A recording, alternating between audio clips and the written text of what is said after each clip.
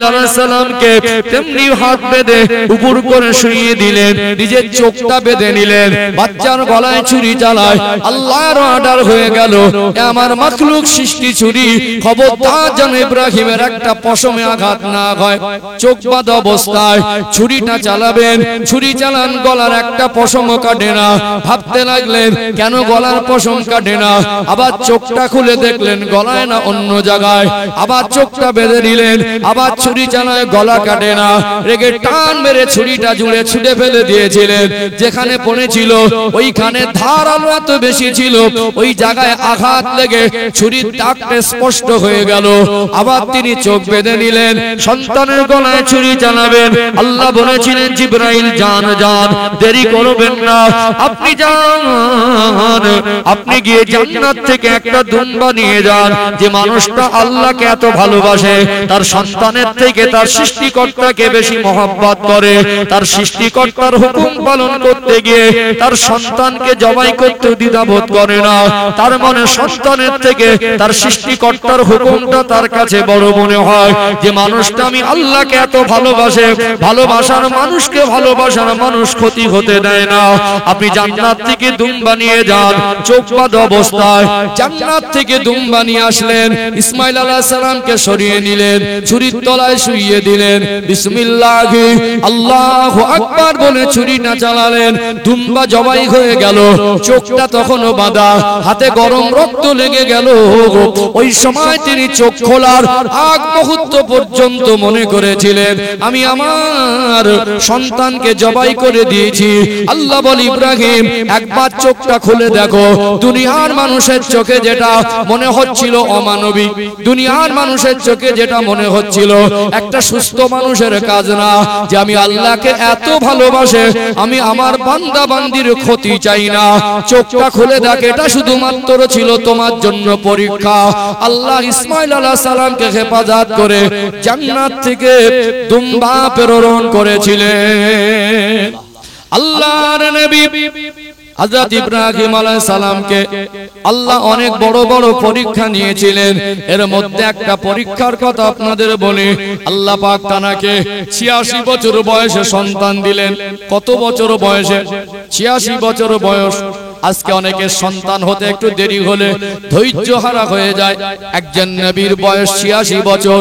আল্লাহ সন্তান দেওয়ার মালিক, আল্লাহর কাছে দোয়া চেয়েছিলেন, রব্বি হাবলি মিনাস সালিহিন, আল্লাহ আমাকে একটা নেক সন্তান দেন। দেখবেন পরপর 3টে ছেলে। এবার অনেক আশা করে আল্লাহর কাছে বলে একটা মেয়ে দেন, পরপর 3টে মেয়ে। এবার একটা সন্তান নিচ্ছেন, আল্লাহর কাছে বলে আল্লাহ একটা ছেলে দেন। যাদের সন্তান হয় না তারা আল্লাহর কাছে বলে আল্লাহ আমাকে একটা সন্তান দেন। কিন্তু ইব্রাহিম আলাইহিস সালাম দোয়া চাইলেন, রব্বি হাবলি মিনাস সালিহিন, আল্লাহ আমাকে একটা নেক সন্তান দেন। তার দোয়া চাওয়াটা আল্লাহর বড় পছন্দ হয়ে গেল। আল্লাহ বললেন, নবী ইব্রাহিম আপনি দোয়া চেয়েছেন, একটা নেক সন্তান চেয়েছেন, আমি আল্লাহ আপনাকে নেক সন্তানের সুসংবাদ দিলাম। আল্লাহ কোরআন শরীফে বলেন, ফাবাশশারনাহু বিগুলামিন হালিম, আমার নবী ইব্রাহিম আমি আল্লাহ আপনাকে নেক সন্তানের সুসংবাদ প্রদান করলাম। যেমন দোয়া চেয়েছেন, দোয়ার ফল হিসেবে 86 বছর বয়সে আল্লাহ সন্তান দিলেন, নবী সন্তান, বাপও নবী, ছেলেও নবী। আমরা অনেকে সন্তানের বাবা মা আল্লাহর কাছে নেক সন্তান চাই না, এটা আল্লাহর শিক্ষা। যখন সন্তানের বাবা মা হবেন আল্লাহর কাছে নেক সন্তান চাইতে হবে। কি সন্তান?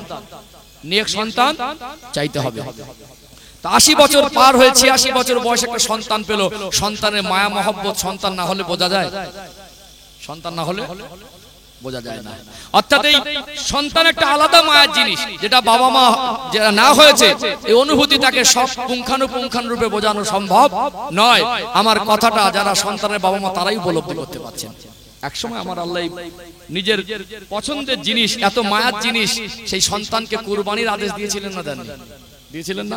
এখানে ঘটনা আপনাদের জানা আছে, জাস্ট আমি ইমানি পরীক্ষার বিষয়টা একটু খুব সূক্ষ্মভাবে বিশ্লেষণ করব ইনশাআল্লাহ। এর ভিতর থেকে আমাদের ইমানি শিক্ষা বেরিয়ে আসবে ইনশাআল্লাহ। ও ভাইজানেরা, সোনার মানিক যুবকেরা, আব্বারা মায়েরা, ইব্রাহিম আলাইহিস সালামকে আল্লাহ স্বপ্নের মধ্যে বললেন, এ আমার নবী ইব্রাহিম, আপনি কুরবানি করেন। ঘুম ভেঙে গেল, উঠে বসে পড়লেন, ভাবতে লাগলেন, আল্লাহ আমায় কুরবানি করতে বলেছেন। আমরা সাধারণ মানুষ, নবীরা হলেন অসাধারণ মানুষ। আমরা সাধারণ মানুষ স্বপ্ন দেখে, কত দুনিয়ায় বাজে বাজে স্বপ্ন দেখে, কত ভালো স্বপ্ন দেখে।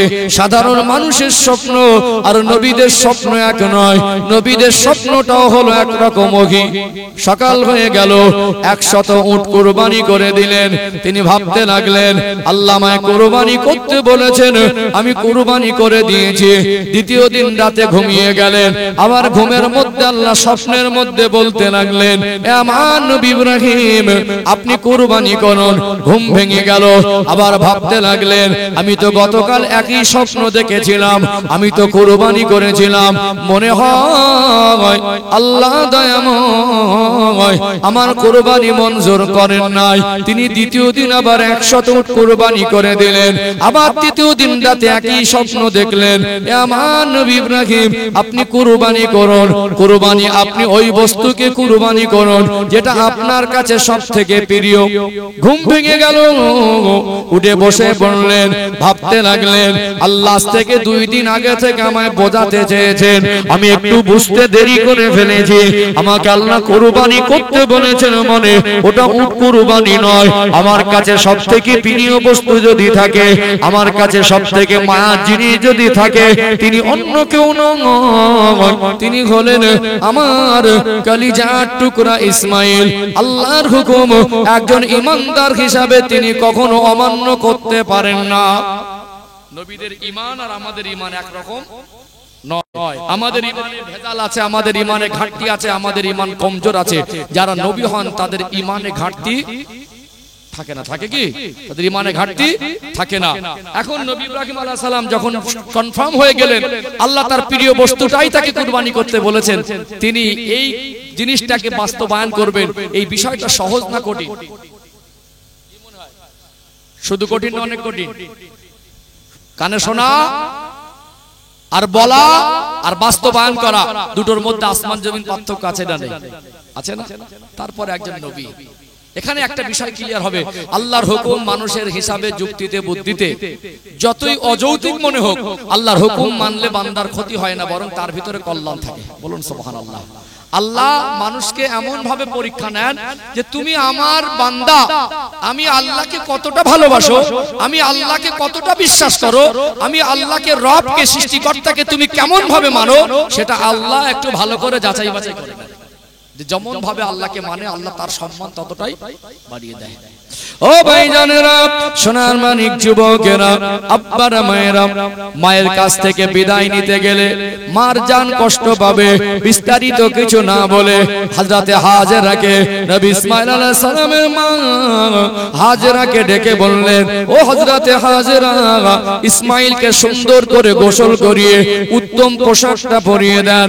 উত্তম পোশাক পরিয়ে দিয়ে হাত ধরে মিনা ময়দানে নিয়ে যাচ্ছিলেন।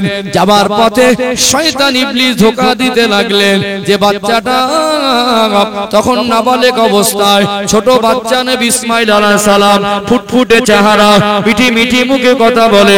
শয়তান ইবলিস মনের মধ্যে ওয়াসওয়াসা দিতে লাগলেন, হে ইসমাঈল, তুমি কি জানো তোমার আব্বা তোমায় কোথায় নিয়ে যাচ্ছে? তোমার আব্বা তোমায় নিরিবিলি নির্জনে নিয়ে যাচ্ছে তোমাকে জবাই করার জন্য।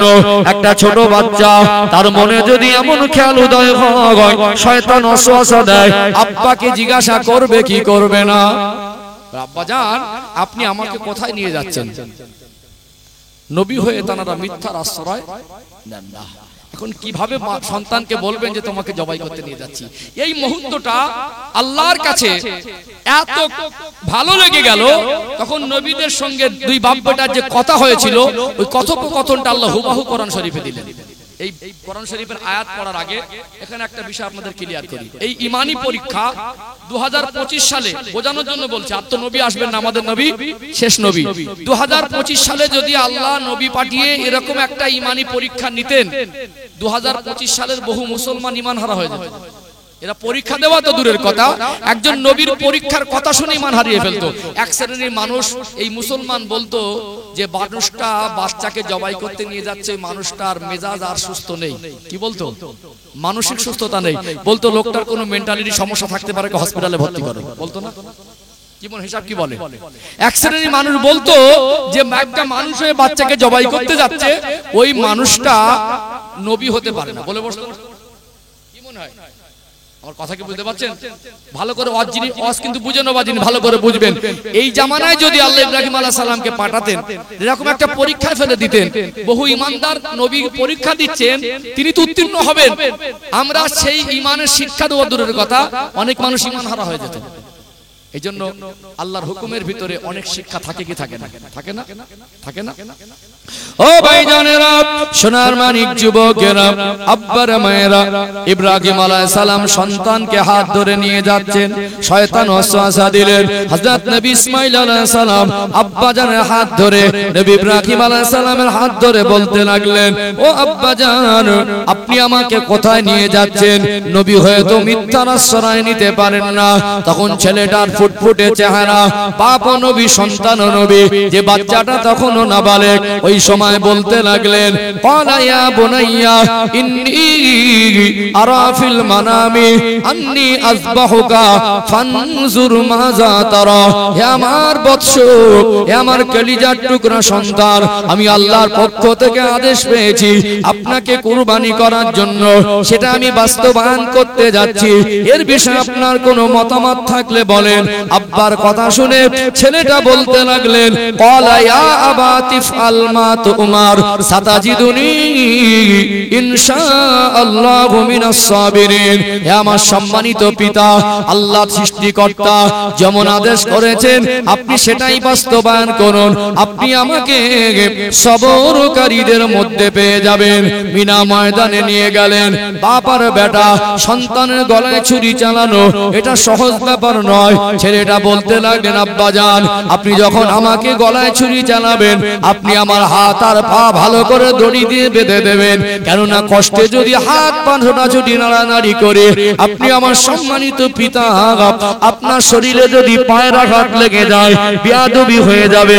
আব্বাজান, আপনি আমাকে চিৎ করে শোয়াবেন না, আপনি আমাকে উপর করে শুইয়ে দেবেন, কেননা আপনি যদি আমার চেহারার দিকে দেখেন, আমি যদি আপনার চেহারার দিকে দেখি, তাহলে মায়া জন্মে যাবে, মায়া মহব্বত জেগে উঠবে, আল্লাহর হুকুম পালন করতে আপনার কষ্ট হবে। আব্বাজান, আমি আল্লাহর হুকুমে যদি কুরবানি হয়ে যায়, আপনি আমার পরনার পোশাকটা ফেলে দিয়ে যাবেন না, আমার মা হাজেরার কাছে আপনি নিয়ে যাবেন। ওই সময় নবী ইসমাঈল আলাইহিস সালামকে তেমনি হাত বেঁধে উপর করে শুইয়ে দিলেন, নিজের চোখটা বেঁধে নিলেন, বাচ্চার গলায় ছুরি চালায় আল্লাহর অর্ডার হয়ে গেল। আমার মাখলুক সৃষ্টি ছুরি, খবরদার যেন ইব্রাহিমের একটা পশমে আঘাত না হয়। চোখ বাঁধা অবস্থায় ছুরিটা চালাবেন, ছুরি চালান, গলার একটা পশমও কাটে না।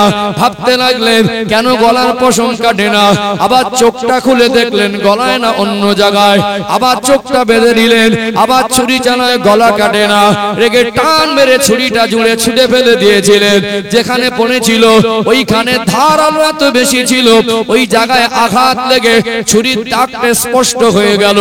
আবার তিনি চোখ বেঁধে নিলেন, সন্তানের গলায় ছুরি চালাবেন। আল্লাহ বলেছিলেন, জিবরাইল যান যান, দেরি করবেন না, আপনি যান, আপনি গিয়ে জান্নাত থেকে একটা দুম্বা নিয়ে যান। যে মানুষটা আল্লাহকে এত ভালোবাসে, তার সন্তানের থেকে তার সৃষ্টিকর্তাকে বেশি মহব্বত করে, তার সৃষ্টিকর্তার হুকুম পালন করতে গিয়ে তার সন্তানকে জবাই করতে দ্বিধাবোধ করে না, তার মনে সন্তানের থেকে তার সৃষ্টিকর্তার হুকুমটা তার কাছে বড় মনে হয়, যে মানুষটা আমি আল্লাহকে এত ভালোবাসে, ভালোবাসার মানুষকে ভালোবাসার মানুষ ক্ষতি হতে দেয় না। আপনি জান্নাত থেকে দুম্বা নিয়ে যান, চোখ বাঁধা অবস্থায় জান্নাত থেকে দুম্বা নিয়ে আসলেন, ইসমাইল আলাইহিস সালামকে সরিয়ে নিলেন, ছুরির তলায় শুইয়ে দিলেন, বিসমিল্লাহ আল্লাহু আকবার বলে ছুরি না চালালেন, দুম্বা জবাই হয়ে গেল, চোখটা তখনও বাঁধা, হাতে গরম রক্ত লেগে গেল। ওই সময় তিনি চোখ খোলার আগ মুহূর্ত পর্যন্ত মনে করেছিলেন আমি আমার সন্তানকে জবাই করে দিয়েছি।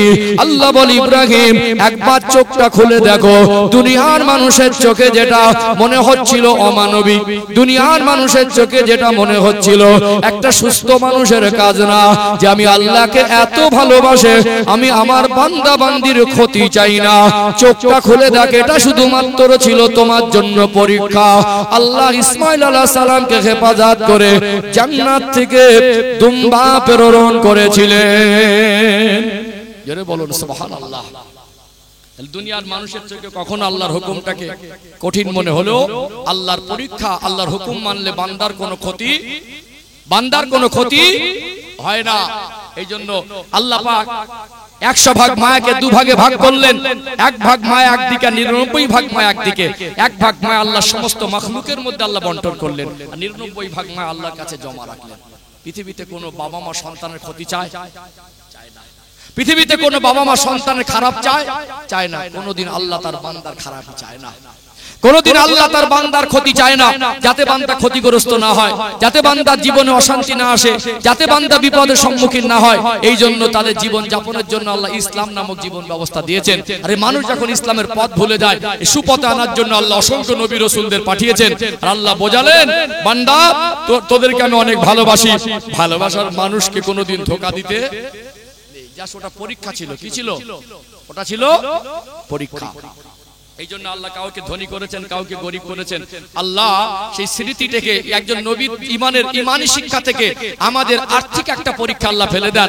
একটা হালাল পশু দিয়ে আমাদেরকে কুরবানি করতে হয় কুরবানি ঈদের সময়। ঈদের ইতিহাস অনেক লম্বা। ঈদ কবে থেকে আসলো, ঈদ কি শিক্ষা দিয়ে যায়, ঈদের ইতিহাস আমি অনেক পর্বে আলোচনা করেছি। রোজার পর আবার কুরবানি ঈদের পর ইনশাআল্লাহ কুরবানির ঈদের ইতিহাস, কিভাবে ঈদ পেলাম, ঈদ কেন আল্লাহ দিলেন, ঈদের শিক্ষা কি, সেগুলো আমি বিস্তারিত আলোচনা আবার কুরবানি ঈদের পর আমরা পেয়ে যাবেন, অনলাইনে পাবেন। আর আমি ইতিপূর্বে মানে রমাদানুল মুবারক মাস ঈদের পর বেশ কয়েক জায়গায় গুছিয়ে ঈদ সম্পর্কে আলোচনা করেছি। অর্থাৎ এইটুকু বলবো, সামনে কুরবানি ঈদ আসছে, এটা আমাদের একটা পরীক্ষা। কি আল্লাহ অসহায় করে রাখতে পারতেন, ভিক্ষুক করে রাখতে পারতেন। আল্লাহ অর্থ দিয়েছেন। একজন নবীর ইমানি পরীক্ষা স্মৃতি আমাদেরকে আল্লাহ শিক্ষা দেয় যে তোমরা আল্লাহকে কতটা ভালোবাসো। আমি আল্লাহ তোমাকে ধন সম্পদ অর্থবৃত্ত সম্মান দিয়েছি তোমার পরীক্ষার জন্য। কোরআন শরীফে 30 নম্বর পারা, সূরার নাম হলো সূরাতুল ফজর, 15 নম্বর আয়াত। আল্লাহ বলছেন, ফাআম্মাল ইনসানু ইযা মাবতালাহু রাব্বুহু ফাআকরামাহু ওয়া নাআমা ফায়াকুলু রাব্বি আকরামান। যখন আমি আল্লাহ মানুষকে মাল সম্পদ সম্মান পরীক্ষা করার জন্য দেই, তখন মানুষ বলে আল্লাহ আমার প্রতি অনুগ্রহ করেছে, কিন্তু আমি আল্লাহ যে পরীক্ষা করার জন্য তাকে দিয়েছি, মানুষ সেটা বলে না। দেখবেন অধিকাংশ ধনী মানুষ, সুখী মানুষ বলে আল্লাহ আমাকে অনেক কিছু দিয়েছে। কজনের মুখ থেকে শুনেছেন যে আল্লাহ আমাকে পরীক্ষা করার জন্য দিয়েছেন? এই জন্য আমাদেরকে দুনিয়ায় আল্লাহ পরীক্ষা করার জন্য পাঠিয়েছেন। আল্লাহর হুকুম মানার ভিতরে আমাদের কল্যাণ আছে। কি আছে? আমাদের কল্যাণ আছে। এই জন্য আমরা আগামী দিন চেষ্টা করব আমাদের জীবনটাকে আল্লাহ এবং রাসূলের কথা মতো চালানোর। ইনশাআল্লাহ এর ভিতরেই আমাদের দুনিয়ার কল্যাণ, আখিরাতের কল্যাণ, কবর জগতের কল্যাণ, আলামে আসবাব, আলামে বারজাক, আলামে আখিরাত, 3টে জগতের কল্যাণ। এই দেহের মৌত হয়, রুহের মৌত হয় না। ছিলাম আলামে আরওয়াহ, রুহের জগতে। আল্লাহ পাক মায়ের গর্ভ নামক স্থানে কিছুদিন অবস্থান করালেন, দুনিয়ায় পাঠালেন আলামে আসবাব কিছুদিন। আল্লাহ পাক বলছেন, ইয়া আইয়ুহাল্লাযীনা আমানু, যারা ঈমানদার, যারা মুমিন, যারা মুসলমান, আল্লাহ তাদেরকে বলছেন, হে বিশ্বাসীগণ, ইত্তাকুল্লাহা হাক্কা তুকাতি, তোমরা আমি আল্লাহকে ভয় করার মতো ভয় করো। একটা হলো ভয় করা, আর একটা করার মতো করা, দুটোর মধ্যে অনেকটাই পার্থক্য। আর আল্লাহ পাক কেন ভয় করার মতো ভয় করতে বলেছেন, এখানে এই উত্তরটাও জানা দরকার আছে। আছে না? নেই? আছে না? একটু ক্লিয়ার করি। দেখবেন আমরা মানুষ মাঝে মাঝে শারীরিকভাবে অসুস্থ হই না? কখনো জ্বর, কখনো মাথার যন্ত্রণা, কখনো কোনো কঠিন বা জটিল রোগ হয়। আমরা কি করি? ডাক্তারের কাছে যাই, ডাক্তার বলে আমরা কে কখন অসুস্থ হবে এটা আমাদের কারোরই জানা নেই। নিজে অসুস্থ হই বা আমাদের পরিবার থেকে কেউ অসুস্থ হোক, আমরা অসুস্থ হলে কি করি? চুপ করে বসে থাকি না ডাক্তারখানায় যাই? ডাক্তারখানা যায় কেন যাই? সুস্থ হব বলে। আর ডাক্তার দেখাতে গেলে পয়সা খরচা হয়, ওষুধ কিনতে গেলে পয়সা খরচা হয়। পয়সা খরচা কেন করি? সুস্থ হব বলে। 30 বছর ধরে কষ্ট করে টাকা জমিয়েছে, ওই জমানো টাকার উপরে কিঞ্চিত হলে মায়া থাকে, কিন্তু অসুস্থ হয়ে গেলে নিজে হোক, সন্তান হোক আর বাবা মা হোক, আমরা সেই জমানো টাকা খরচা করি। কেন খরচা করি? সুস্থ হব বলে। টাকাও থাকে না, জমি জায়গা না থাকলে একটা মানুষ ভিক্ষা করেও চিকিৎসা করে, করে কি করে? তাহলে জমি বিক্রি করে চিকিৎসা করে, ভিক্ষা করে চিকিৎসা করে, জমানো টাকা খরচা করে চিকিৎসা করে, ধার করে চিকিৎসা করে। চিকিৎসা করি কেন? সুস্থ হব বলে। তার মানে অসুস্থ হলে আমাদের সুস্থতা হওয়ার জন্য আমরা কোন রকম চেষ্টা ত্রুটি করিনি। শরীর খারাপ হলে সুস্থতার জন্য আমাদের চেষ্টা আছে। আমাদের যখন ঈমান আমল খারাপ হয়ে যায়, আমাদের যখন আখলাক চরিত্র খারাপ হয়ে যায়, আমাদের যখন নীতি আদর্শ খারাপ হয়ে যায়, আমাদের যখন মনুষ্যত্ব খারাপ হয়ে যায়, আমরা যখন খারাপ মানুষে পরিণত হই, এই খারাপ মানুষ থেকে ভালো মানুষ হওয়ার জন্য আমাদের কোনো ব্যতিব্যস্ততা দেখা যায় না। যায় কি? ব্যতিব্যস্ততা দেখা যায় না। তার মানে আমরা আল্লাহকে হয়তো বা ভয় করি, ভয় করার মতো ভয় করতে পারি নাই। একটা মানুষের যতই খারাপ হোক, ওই মানুষটা ভালো হতে চাইলে আল্লাহর ভয় নামক জিনিসটা দরকার। সম্মানিত ভাইরা, 10 ঘন্টা যদি মাথার যন্ত্রণা না কমে, কতবার মনে পড়ে কখন ভালো হলো? 10 দিন যদি পেটের মধ্যে জ্বালা যন্ত্রণা না কমে, 10 দিনে কতবার মনে হয় যে কখন সুস্থ হব? মনে হয় না? কিন্তু 10 দিন, 10 মাস, 10 বছর পার হয়ে গেল, বেনামাজি থেকে গেল, একটা নেশায় আগ্রস্ত নেশাখোর থেকে গেল, সুদ খাচ্ছে তো খেয়েই যাচ্ছে, ঘুষ খাচ্ছে তো খেয়েই যাচ্ছে। মানুষ হিসেবে ভালো মানুষ হওয়ার জন্য তার মনে পড়লো যে কখন আমি ভালো হব। এটা একটা দুঃখজনক বিষয়। তার মানে আমরা আল্লাহকে ভয় করার মতো ভয় করতে পারি না। এই জন্য আল্লাহ পাক বলছেন, আমাকে ভয় করার মতো ভয় করো। বুঝতে পারছেন? বুঝতে পারছেন? ধৈর্য হারা হলে হবে না। আর একটা পয়েন্ট আছে, এটা একটু ব্যাখ্যা করি, আর একটু ক্লিয়ার হয়ে যাবে ইনশাআল্লাহ। চলুন, শেষ বাক্যটা অত্যন্ত গুরুত্বপূর্ণ, খুব গভীর মনোযোগ দিয়ে শুনতে হবে। আসলে আমাদের জীবনে অনেক ঘাটতি আছে, ঘাটতি পূরণের জন্য কোরআন হাদিসের মজলিস। আল্লাহ পাক সূরা আল ইমরানের 103 নম্বর আয়াতে শেষ অংশে বলছেন, ওয়ালা তামুতুন্না ইল্লা ওয়া আনতুম মুসলিমুন।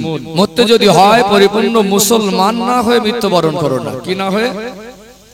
মুসলমান না হয়ে। আমরা যারা মাথায় টুপি দিয়ে এই সামিয়ানার নিচে বসেছি, আমরা মুসলমান।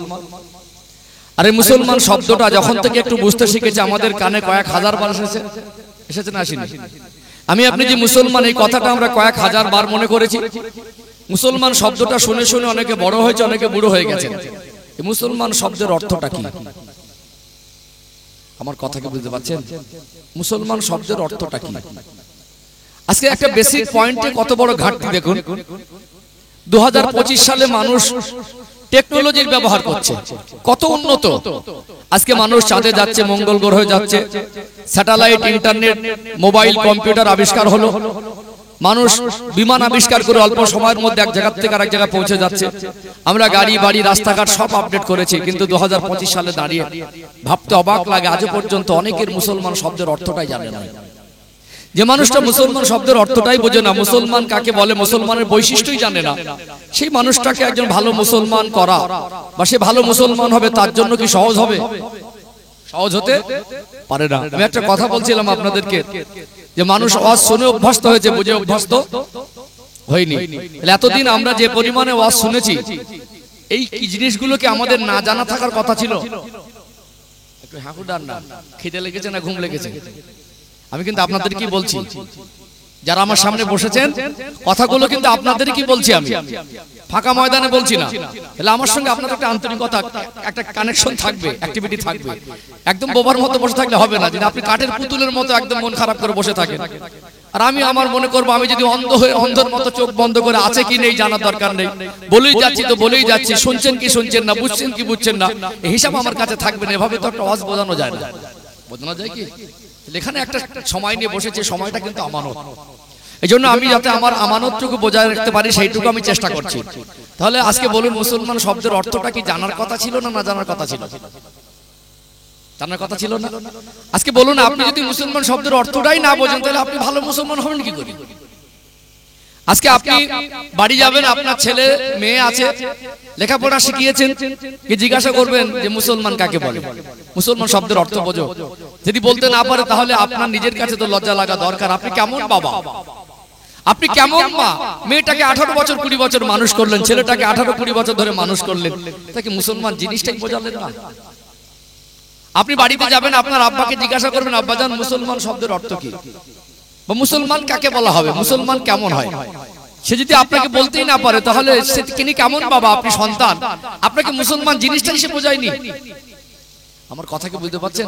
তাহলে মুসলমান শব্দের অর্থটা আমাদেরকে একটু স্পষ্ট করে জানা দরকার আছে। মুসলমান কাকে বলে, একজন মুসলমান কেমন হবে, এই বিষয়গুলো যদি আমাদের কাছে পরিষ্কার না হয় তাহলে আমরা ভালো মুসলমান হব কি করে? এখানে এই ব্যাখ্যাটা একটু দরকার আছে না নেই? ধৈর্য হারা হচ্ছেন নাকি? ধৈর্য হারা হচ্ছেন? কথাগুলো বোঝার কথা ধরন করেন। আমি আসবো আলোচনার রূপ তৈরি করছি, এই ভিতটা তৈরি করে নেই, অল্প কথায় বোঝানো যাবে, অল্প কথায় বোঝা যাবে ইনশাআল্লাহ। মুসলমান শব্দের অর্থ হলো স্বেচ্ছায় আত্মসমর্পণকারী। বাংলা বলেছি বাক্যটা কিন্তু কঠিন, কিছু কিছু বাক্য আছে ছোট হলে ব্যাখ্যার গভীরতা অনেক বেশি হয়। এখানে একটু স্পষ্ট করে খুলে ব্যাখ্যা নিয়ে দিলে সকলে সহজে বুঝে আসবেন। এই বিষয়টা একটু পরিষ্কার করি ইনশাআল্লাহ। স্বেচ্ছায় আত্মসমর্পণকারীকে মুসলমান বলা হয়। আল্লাহর কাছে যে ব্যক্তি স্বেচ্ছায় আত্মসমর্পণ করে দেয় সেই ব্যক্তিকে মুসলমান বলা হয়। অর্থাৎ এখানে একটু ব্যাখ্যার অত্যন্ত দরকার আছে। দেখবেন আমরা মানুষ, আল্লাহ আমাদেরকে সৃষ্টির শ্রেষ্ঠ করেছেন, ঠিক না? আমাদেরকে সৃষ্টির শ্রেষ্ঠ করেছেন। আল্লাহ কোরআনুল কারীমে বলছেন, ওয়ালাকাদ কাররামনা বানি আদম, আমি আল্লাহ আদম সন্তানকে সম্মানের জীবন দিয়েছি, এমনকি ফেরেশতাদের থেকেও মানুষের সম্মান বেশি। আমরা যেমন সৃষ্টির শ্রেষ্ঠ, আল্লাহ আমাদের ভিতরে বিশেষ কিছু বৈশিষ্ট্য দিয়েছেন। বৈশিষ্ট্যগুলো কি? জীব আর জড়ের মধ্যে পার্থক্য আছে, আছে না নেই?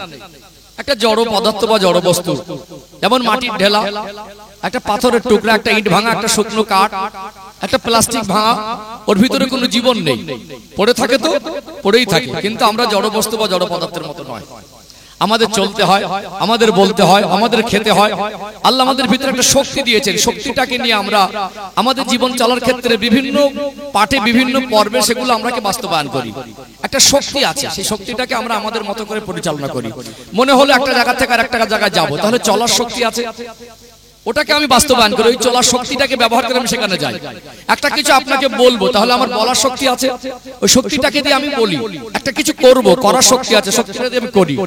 তাহলে আমরা খেতে পারি বলে, বলতে পারি বলে, চলতে পারি বলে আল্লাহ আমাদের জীবনে যৌবন দিয়েছেন, এটা সৃষ্টিগত বৈশিষ্ট্য। একটা সময় এসে আল্লাহ মানুষ ও জাতির জীবনে মহিলা পুরুষ উভয়ের ভিতরে একটা যৌবন দিয়েছে, দিয়েছে না দেয়? তাহলে বলতে পারি বলে যা মন চায় তাই বলতে পারবো না, খেতে পারি বলে যা মন চায় তাই খেতে পারবো না, চলতে পারি বলে যেভাবে ইচ্ছা সেভাবে চলতে পারবো না। আল্লাহ যৌবন দিয়েছেন বলে যৌবনকে যেভাবে ইচ্ছা সেভাবে খরচা করতে পারবো না। মানুষ জাতির জীবনে তার জীবন যাপনের নিয়ম পদ্ধতি যদি গাইডলাইন না থাকে, তাহলে পৃথিবীর সব মানুষ যে যার মতো বলতে থাকে, যে যার মতো চলতে থাকে, যে যার মতো করতে থাকে। তাদের ভিতরে কোনো আদর্শ শিক্ষা বা তাদের ভিতরে যদি কোনো নির্দিষ্ট একটা জীবন যাপনের নিয়ম পদ্ধতি না থাকে, আইন কানুন না থাকে, তাহলে মানুষ জাতি যে সৃষ্টির শ্রেষ্ঠ, এই শ্রেষ্ঠত্ব জিনিসটা তাদের ভিতরে আর বজায় থাকবে না। এটা যেমন থাকবে না, দ্বিতীয়ত মানুষ জাতির জীবনে শান্তিও থাকবে না। তৃতীয়ত গোটা বিশ্বের মধ্যে শান্তি শৃঙ্খলা বলে কিছু পাওয়া যাবে না। এই জন্য আল্লাহ তামাম কুল কায়নাতের স্রষ্টা, আর আল্লাহ যা কিছু সৃষ্টি করেছেন মানুষকে শ্রেষ্ঠ করেছেন। মানুষ জাতির জীবন যাপনের নিয়ম পদ্ধতি হিসাবে আল্লাহ ইসলাম নামক জীবন ব্যবস্থাকে দিয়েছেন। বলুন সুবহানাল্লাহ। তাহলে এর ভিতরে আমরা কিছু আদেশ আর নিষেধ পেয়েছি, তার মানে আমার রবের পক্ষ থেকে আমাদের উপরে কিছু আদেশ নিষেধ দেওয়া হয়েছে। এই ইসলাম নামক জীবন ব্যবস্থার মধ্যে হারাম হালাল আছে না নেই? আছে না? আমরা আমাদের ইচ্ছাকে আমাদের মতো করে ব্যবহার করতে পারবো না। আল্লাহর কাছে আত্মসমর্পণ করে দেবো। কি করে দেবো? আত্মসমর্পণ মানে যা মন চায় তাই করতে পারবো না। নিজের ইচ্ছাকে নিজের মতো করে ব্যবহার করা যাবে না। আল্লাহর কথা মতো, রসুলের কথা মতো জীবনটাকে অতিবাহিত করতে হবে। বিষয়টাকে আরেকটা উদাহরণ দিয়ে আরেকটু পরিষ্কার হয়ে যাবে ইনশাআল্লাহ। মগজে ঢুকছে? আমরা যখন গাড়ি বাড়ি জমি বিক্রি করে দেই, বিক্রি করে দেওয়া জিনিসে আমাদের আর কোনো অধিকার থাকে? অধিকার থাকে না। ঠিক তেমনি আমাদের ইচ্ছাকে আল্লাহর কাছে বিক্রি করে দিতে হবে। কি করে দিতে হবে? বিক্রি করে দিতে হবে। আমার পেটে ক্ষুধা আছে, দুপুরবেলা একটা রাস্তা থেকে আসছি, গাছের ডাল রাস্তায় ঝুঁকে আছে, পাকা পাকা বড় বড় আম ঝুলছে, কেউ নেই, ফাঁকা মাঠ। পেটে ক্ষুধা থাকার পরেও গাছটা অন্যের, আমার ক্ষমতা আছে আমি পেড়ে খেতে পারবো, হাত দিয়ে পারতে পারবো, গাল দিয়ে খেতেও পারবো, তাহলে আমরা কি খেতে পারবো? লোকের ইচ্ছা আছে, ক্ষমতা আছে, ক্ষমতাকে আমাদের মতো করে ব্যবহার করি না। আমাকে আল্লাহ শক্তিশালী করেছে বলে আমি সবল বলে দুর্বলের উপরে কি আমার মতো করে ব্যবহার করব? ক্ষমতা পরে করব না। আমি বলতে পারি বলে ছোট বড় আমার কোনো বিবেচনা থাকবে না, যাকে যা ইচ্ছা তাই কি বলে দেবো না। খেতে পারি বলে আচ্ছা আল্লাহ যা কিছু নিষেধ করেছেন সেগুলো তো আমরা জানি, সেগুলোকে আমাদের মন মর্জি খাবো না। এই ইচ্ছাকে নিজের মতো করে আর ব্যবহার করা যাবে না। আল্লাহ এবং রসুলের কাছে বিক্রি করে দিতে হবে। গাড়ি বাড়ি জমি বিক্রি করে টাকা পয়সা পাওয়া যায়। পৃথিবীর কোন মানুষ যদি আল্লাহর কাছে তার ইচ্ছাকে বিক্রি করতে পারে, বিনিময়ে আমার আল্লাহ তার জান্নাতের 8টা দরজা উন্মুক্ত করে দেন। জোরে বলুন সুবহানাল্লাহ। মগজে ঢুকছে? একটু ধরন দেবো, একটু পরিষ্কার হয়ে যাবে ইনশাআল্লাহ। ধৈর্য আছে তো নাকি? এই কথাগুলো আমি যদি খুব টানতে টেনে টেনে বলতাম এত সহজে বোঝানো যেত না। চলুন আরেকটু ধরন দেই, আরেকটু পরিষ্কার হয়ে যাবে ইনশাআল্লাহ। ওদের অনেক রকম কোয়ালিটি আছে, হাসানো কথা আছে, কাঁদানো কথা আছে, ফলানো কথা আছে। হাসির কথা বললে মানুষ হাসবে, দুঃখের কথা শোনালে মানুষ দুঃখিত হবে, এটা স্বাভাবিক কথা, ঠিক না বেটি? তারপরে মানুষকে যদি আজকে দিনে একটা স্বাভাবিক ব্যাপার, সে যতই খারাপ হোক তাকে খারাপ বলে রেগে যায়। বুঝতে পারছেন না? মদ খাচ্ছে মদখোর বলুন, আপনার রেগে যাবে। সুদ খাচ্ছে সুদখোর বলুন, আপনার রেগে যাবে। ঘুষ খাচ্ছে ঘুষখোর বলুন, আপনার রেগে যাবে। হারাম খাচ্ছে হারামখোর বলুন, আপনার রেগে যাবে। আপনি বলুন আপনি খুব ভালো মানুষ, বাজারে গিয়ে বলুন গল্প করুন লোকটা খুব ভালো, বলবে আপনি আমার বন্ধু। তাহলে মানুষ আজকে অন্যায় করে, খারাপ মানুষকে খারাপ বললে তার পছন্দ হয় না, ফলানো কথা বললে মানুষ খুশি হবে, এটা স্বাভাবিক। বক্তা হিসাবে শ্রোতাকে খুশি করা কঠিন ব্যাপার নয়, কিন্তু দায়িত্ব পালন করাটা কঠিন। কথা বুঝতে পারছেন? এখানে বসে সামনে যারা বসে থাকে তাদের হাসানো, তাদের কাঁথানো, তাদের ফোলানো, খুশি করা বক্তার কাছে কঠিন নয়, বরং বক্তা হিসাবে দায়িত্ব পালন করাটা কঠিন। একজন আলেমের অনেক বেশি দায়িত্ব। আমার আলোচনা কি বুঝতে পারছেন? এই জন্য আমি দায়িত্ব পালন করতে বসেছি। একদিন এই মজলিস থাকবে, আমি আপনাদের মাঝে থাকবো না, আল্লাহ ডাক আসলে চলে যেতে হবে। সাধারণ মানুষ আলেমদেরকে অনেক বেশি ভক্তি শ্রদ্ধা করে, বিনিময়ে আমরা আমার কওমকে কি দিলাম? যার একটা চরম পরিস্থিতি আমাদের সামনে আজ দেখতে হচ্ছে। আমরা ইসলাম জিনিসটাকে এখন আমার কওমকে বোঝাতে পারলাম না। আসল জায়গায় ঘাটতি রেখে তার জীবনে হাসাইয়ে কাঁদিয়ে ফুলিয়ে দিয়ে তো তার জীবনের পরিবর্তন সহজ হবে না। হবে কি? একটা এক্সাম্পল দিই, উদাহরণ দিয়ে একটু পরিষ্কার হয়ে যাবে ইনশাআল্লাহ। ধৈর্য আছে তো? কথা বুঝতে পারছেন তো? হ্যাঁ, ছোট পরিবেশে যে কটা কথা বলছি মনের কান দিয়ে শোনেন। আমাদের গায়ে যদি কোনো আমরা যখন কোনো অসুস্থ হই, ডাক্তারখানায় যাই তো তার থেকে চিকিৎসা নেওয়ার জন্য। কিসের জন্য? চিকিৎসা নেওয়ার জন্য। আমরা তার সঙ্গে বন্ধুত্ব করে বাড়ি আসার জন্য যাই না। এখন আপনি একটা কাজ করছেন, আমাদের দিকে যে খেজুর গাছ আছে না, খেজুর গাছ ঝোড়ার পরে ঝুড়ে ধীরে ধীরে একটু কাটাকুটি কাঠপালা টেনে আনতে গিয়ে একটা হাতে কাঁটা ফুটেছে, তাহলে আপনাকে নিজে নিজে মাস্টারি করা যায় না, অনেক সময় ভয় লাগে, যন্ত্রণার ব্যাপার আছে। এই জন্য আপনি ডাক্তারের কাছে গেলেন, শরীরে একটা কাঁটা ফুটে আছে যন্ত্রণার জন্য। এখন ডক্টর বাবুর কাছে গিয়ে দেখছেন চেম্বার বন্ধ, তার বাড়ি চলে গেলেন সন্ধান নিয়ে, যেহেতু এমার্জেন্সি একটা ব্যাপার। এখন ডক্টর বাবুর সঙ্গে কথাবার্তা বলে বাড়ি ডাকলেন, ডক্টর বাবু অনেক দূর থেকে কষ্ট করে এসেছেন তো বসেন। তো বাড়ির থেকে বললেন এক কাপ চা এনে দাও, চা খাওয়ালো। বলে এক কাজ করো, তোমাদের বাড়ি কথা গল্প গুজব হতে হতে একটা সম্পর্ক তৈরি হয়ে গেল। কি হয়ে গেল? সম্পর্ক তৈরি হয়ে গেল। বললো ঠিক আছে, তোমার আলোচনা, তোমার কথাবার্তা ভালো লেগেছে, তোমার সঙ্গে আমার একটু বন্ধুত্ব করতে মন চাইছে। এক কাজ করো, আমার ফোন নাম্বারটা নিয়ে যাও, মাঝে মাঝে আমাকে ফোন করবে, মাঝে মাঝে মন চাইলে তুমি আমার বাড়ি আসবে, আমি তোমার বাড়ি যাব। অথচ চিকিৎসার কোনো প্রসঙ্গ নেই, ভালো করে বুঝবেন। তাহলে আপনাকে বন্ধুত্ব করে বাড়ি পাঠিয়ে দিল, আপনি গেলেন কাঁটা ফুটে আছে যন্ত্রণা কমানোর জন্য, সে প্রসঙ্গে আসলেন না। আপনি এসে বাড়ি ঘুরবেন আর বলবেন ডাক্তারের কাছে গিয়েছিলাম, খুব ভালো ডাক্তার, আমার সঙ্গে খুব ভালো বন্ধুত্ব হয়েছে। এতে কি আপনার জীবনের সমাধান হলো? এখানে বসে আমি আপনাকে বন্ধুত্বের আচরণ করে আপনার মন জয় হবে সেই রকম কথা বলে চলে যাব, আর আপনার জীবনে ঈমান আমলের ঘাটতিটা থেকে যাবে, এতে কি কোনো লাভ হবে? এই জন্য মাঝে মাঝে কিছু কথা শুনতে খারাপ লাগলেও আমাদের ভালোর জন্য শুনতে হবে, শুনতে ভালো না লাগলেও যেটা আমাদের জন্য ভালো সেটা শুনতে হবে। কারণ একজন আলেম হিসেবে কোরআন হাদিসের কথা বলা, এর থেকে ভালো কথা তো আমার জন্য বলা সম্ভব না। তাহলে এই কথাটা খারাপ লাগলেও শুনতে হবে। কেন আপনার কাছে কোরআন হাদিস খারাপ লাগবে? খারাপ লাগা জিনিস তো না, কিন্তু মানুষের একটা রোগ কি জানেন? ভালো জিনিস ভালো লাগে না, এটা একটা বড় রোগ। তাহলে আপনাকে ভালো না লাগলে ভালো জিনিস সেটা মানতে হবে, সেটা শুনতে হবে, সেটা বুঝতে হবে, এটা সিস্টেম। ঔষধ জিনিসটাকে আমাদের কাছে খুব আনন্দের টেস্টফুল খাবার হিসেবে খাই, ঔষধ, মেডিসিন। এগুলোকে আমাদের প্রিয় খাদ্য হিসেবে, টেস্টফুল খাবার হিসেবে খাই না বিপদে পড়ে? ভালো না লাগলেও খেতে হয়, ওর ভিতরেই কল্যাণ আছে, সুস্থতা আছে, আল্লাহ সুস্থ করার মালিক। তো ঠিক এমনি আলেমের সোহবতে বসতে হবে জীবনের পরিবর্তনের জন্য, ইসলাহের জন্য, ঈমান আমলের ঘাটতি পূরণের জন্য। তানারা যে কথাগুলো বলবেন যদি ভালো নাও লাগে, মন যদি শান্ত নাও হয়, তারপরে শুনতে হবে, তারপরে মানতে হবে, তার ভিতরেই আমাদের কল্যাণ আছে। কথা ঠিক না বেঠিক? এই জন্য ধৈর্য হারা হলে হবে না। আর আমি আমার দিক থেকে চেষ্টা করছি আপনার জীবনের ঈমান আমল ঘাটতি পূরণ করার জন্য। এতে যদি আপনার ভালো নাও লাগে, তাতে আমার দুঃখ করারও কোনো জায়গা নেই। আমি দুঃখ করি না, আমার কথা যদি কারোর ভালো না লাগে আমি দুঃখ করবো কেন? আমি ভালো কথাই বলছি, ভালো না লাগলে আমি আমার দায়িত্ব থেকে আমি সরে যাব না, আমি আমার চিন্তাধারার বাইরে আমি যেতে পারবো না, এটা আমার নীতি। কথা বুঝতে পারছেন? তাহলে আমি বলছিলাম যে গাড়ি বাড়ি জমি বিক্রি করে দিলে টাকা পয়সা পাওয়া যায়, কিন্তু ইচ্ছাকে আল্লাহর কাছে বিক্রি করতে পারলে বিনিময় আল্লাহ জান্নাত দেয়। একটা মানুষ যদি একটু জ্ঞান বিবেক হওয়া থেকে তার ইচ্ছা মতো কিছুই না করে, আল্লাহ এবং রাসূলের কথা মতোই চলে, তাহলে ওই মানুষটা তো আল্লাহর কাছে প্রিয় হবে, ওই মানুষটা তো ভালো মানুষের প্রতিষ্ঠিত হবে, কোরআন হাদিসের পথে চললে পৃথিবীর সেরা মানুষের প্রতিষ্ঠিত হবে, তাহলে নিশ্চয়ই আল্লাহ তাকে জান্নাত দেবেন। এই ইচ্ছাকে নিজের মতো করে ব্যবহার না করা, আল্লাহর কাছে বিক্রি করে দেওয়া, স্বাধীনতাটা না রাখা, যে আমি আমার মতো করে আর আমি ইচ্ছা চলতে পারবো না। পাশে একটা অশ্লীল কোনো কাজ, একটা ড্যান্স হচ্ছে বা কোনো ফাংশন হচ্ছে, অশ্লীল কোনো একটা জায়গায় বা কোনো একজন বন্ধু মদ খেতে ডাকছে, আমি যেতে পারবো না, আমার ইচ্ছা হলেও আমি ইচ্ছাকে ব্যবহার করতে পারবো না। আরেকটা উদাহরণ দেই, আরেকটু পরিষ্কার হয়ে যাবে ইনশাআল্লাহ। ধৈর্য আছে তো? ধৈর্য আছে তো? আরেকটা উদাহরণ দেই, আরেকটু পরিষ্কার হয়ে যাবে ইনশাআল্লাহ। একটা মানুষ যদি রোজা রেখে সারাদিন যদি প্রচন্ড রোদে কষ্টের কাজ করে, খিদে লাগবে না? তার সাথে সাথে খিদের সাথে সাথে কি লাগবে? পানি, পিপাসা, ক্ষুধা আর পিপাসা। সারাদিন রোজা রেখে 5-7 ঘন্টা রোদে কাজ করলে, মাটি কোপানো বলেন, কোনো ভারী বোঝা বলে, তাহলে খিদে লাগবে না? খিদে আর পিপাসা লাগবে না, স্বাভাবিক। কিন্তু ইফতারে 5-7 মিনিট বাকি, সামনে খাবার, সামনে কি? সামনে ঠান্ডা পানি, আর বিশ্বের মানুষ জাতির কাছে ফল ফ্রুট একটা প্রিয় খাদ্য, একদম থালায় খাঞ্চা সাজানো পছন্দের তাজা তরতাজা ফল, আর এরকম ঠান্ডা পানি সামনে আছে, 5 মিনিট ইফতারের বাকি, হাতে ক্ষমতা আছে, হাত কি পারে ক্ষমতা থাকার পরেও ওই গ্লাসটা মুখে তুলে দেবে? সামনে খাবার আছে, আমরা কি ওই সময় পারি খাবারটাকে আমাদের ক্ষুধার জ্বালা নিবারণের জন্য ইচ্ছা মতো খেতে? যদি আমরা ওখানে আমাদের ইচ্ছাকে আমাদের মতো করে ব্যবহার করি, আল্লাহর কাছে ওটা রোজা হিসাবে আর গণ্য হবে না। এটা একটা আত্মসমর্পণের চিত্র। আত্মসমর্পণ বোঝাচ্ছিলাম না, স্বেচ্ছা আত্মসমর্পণকারীকে মুসলমান বলা হয়।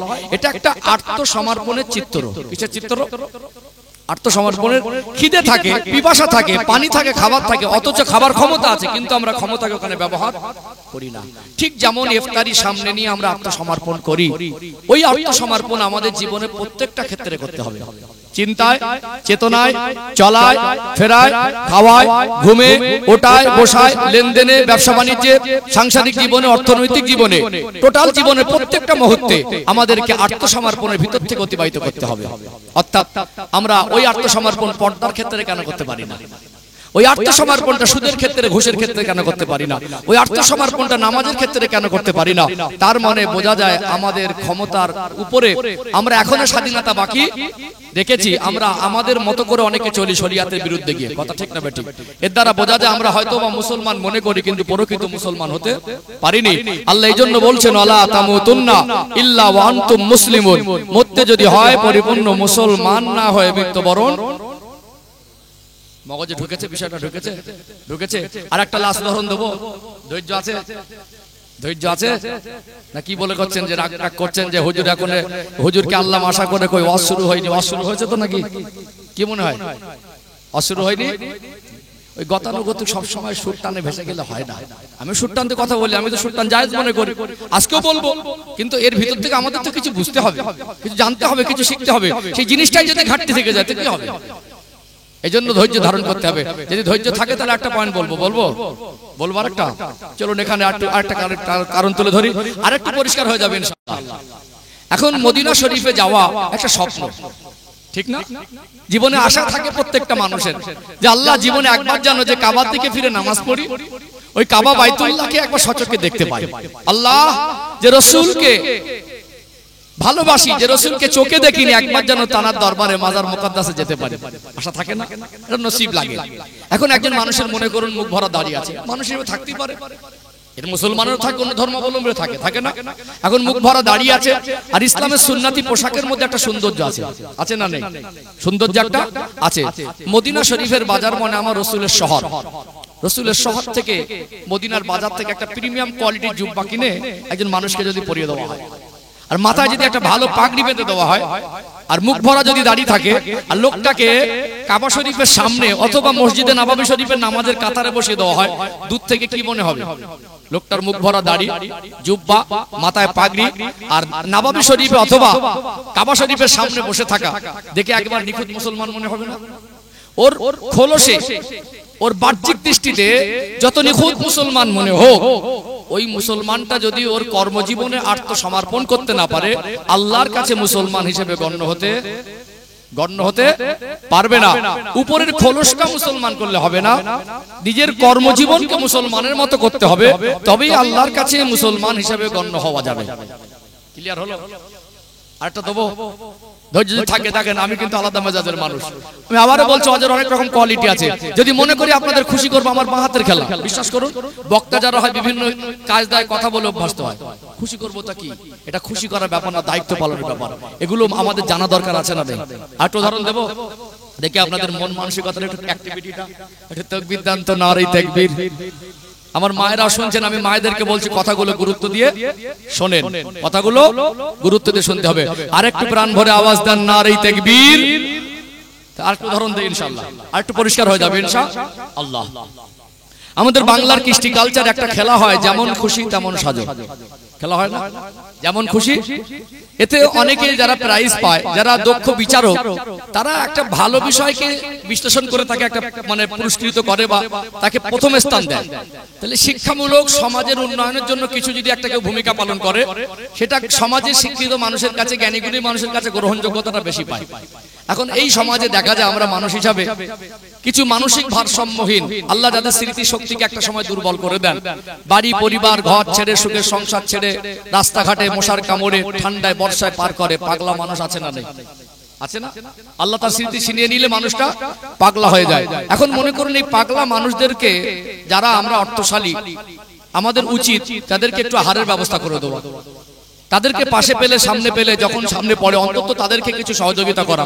একটা পাগলা মানুষ রাতের বেলা একটা জায়গায় বাজারে চুপ করে মন খারাপ করে বসে আছে, আপনি পয়সা আছে সেখানে কোনো জায়গায় যেতে গিয়ে দাঁড়ালেন, একটু ক্ষুধা পেয়েছে, একটু চা খাবেন, সেখানে আপনি খেতে দাঁড়িয়ে দাঁড়িয়ে ইচ্ছা মতো খাচ্ছেন। আপনি চাইলে ওই মানুষটাকে, মানসিক ভারসাম্যের মানুষটাকে একটু 20-30 টাকার কিছু খাবার দিয়ে তাকে সাহায্য করতে পারেন না? অথচ মানুষটা পাশেই বসে থাকে, কিন্তু অনেক মানুষের টাকা আছে, চোখে চামড়া নেই, মানবিক হতে পারে। কথা ঠিক না বেঠিক?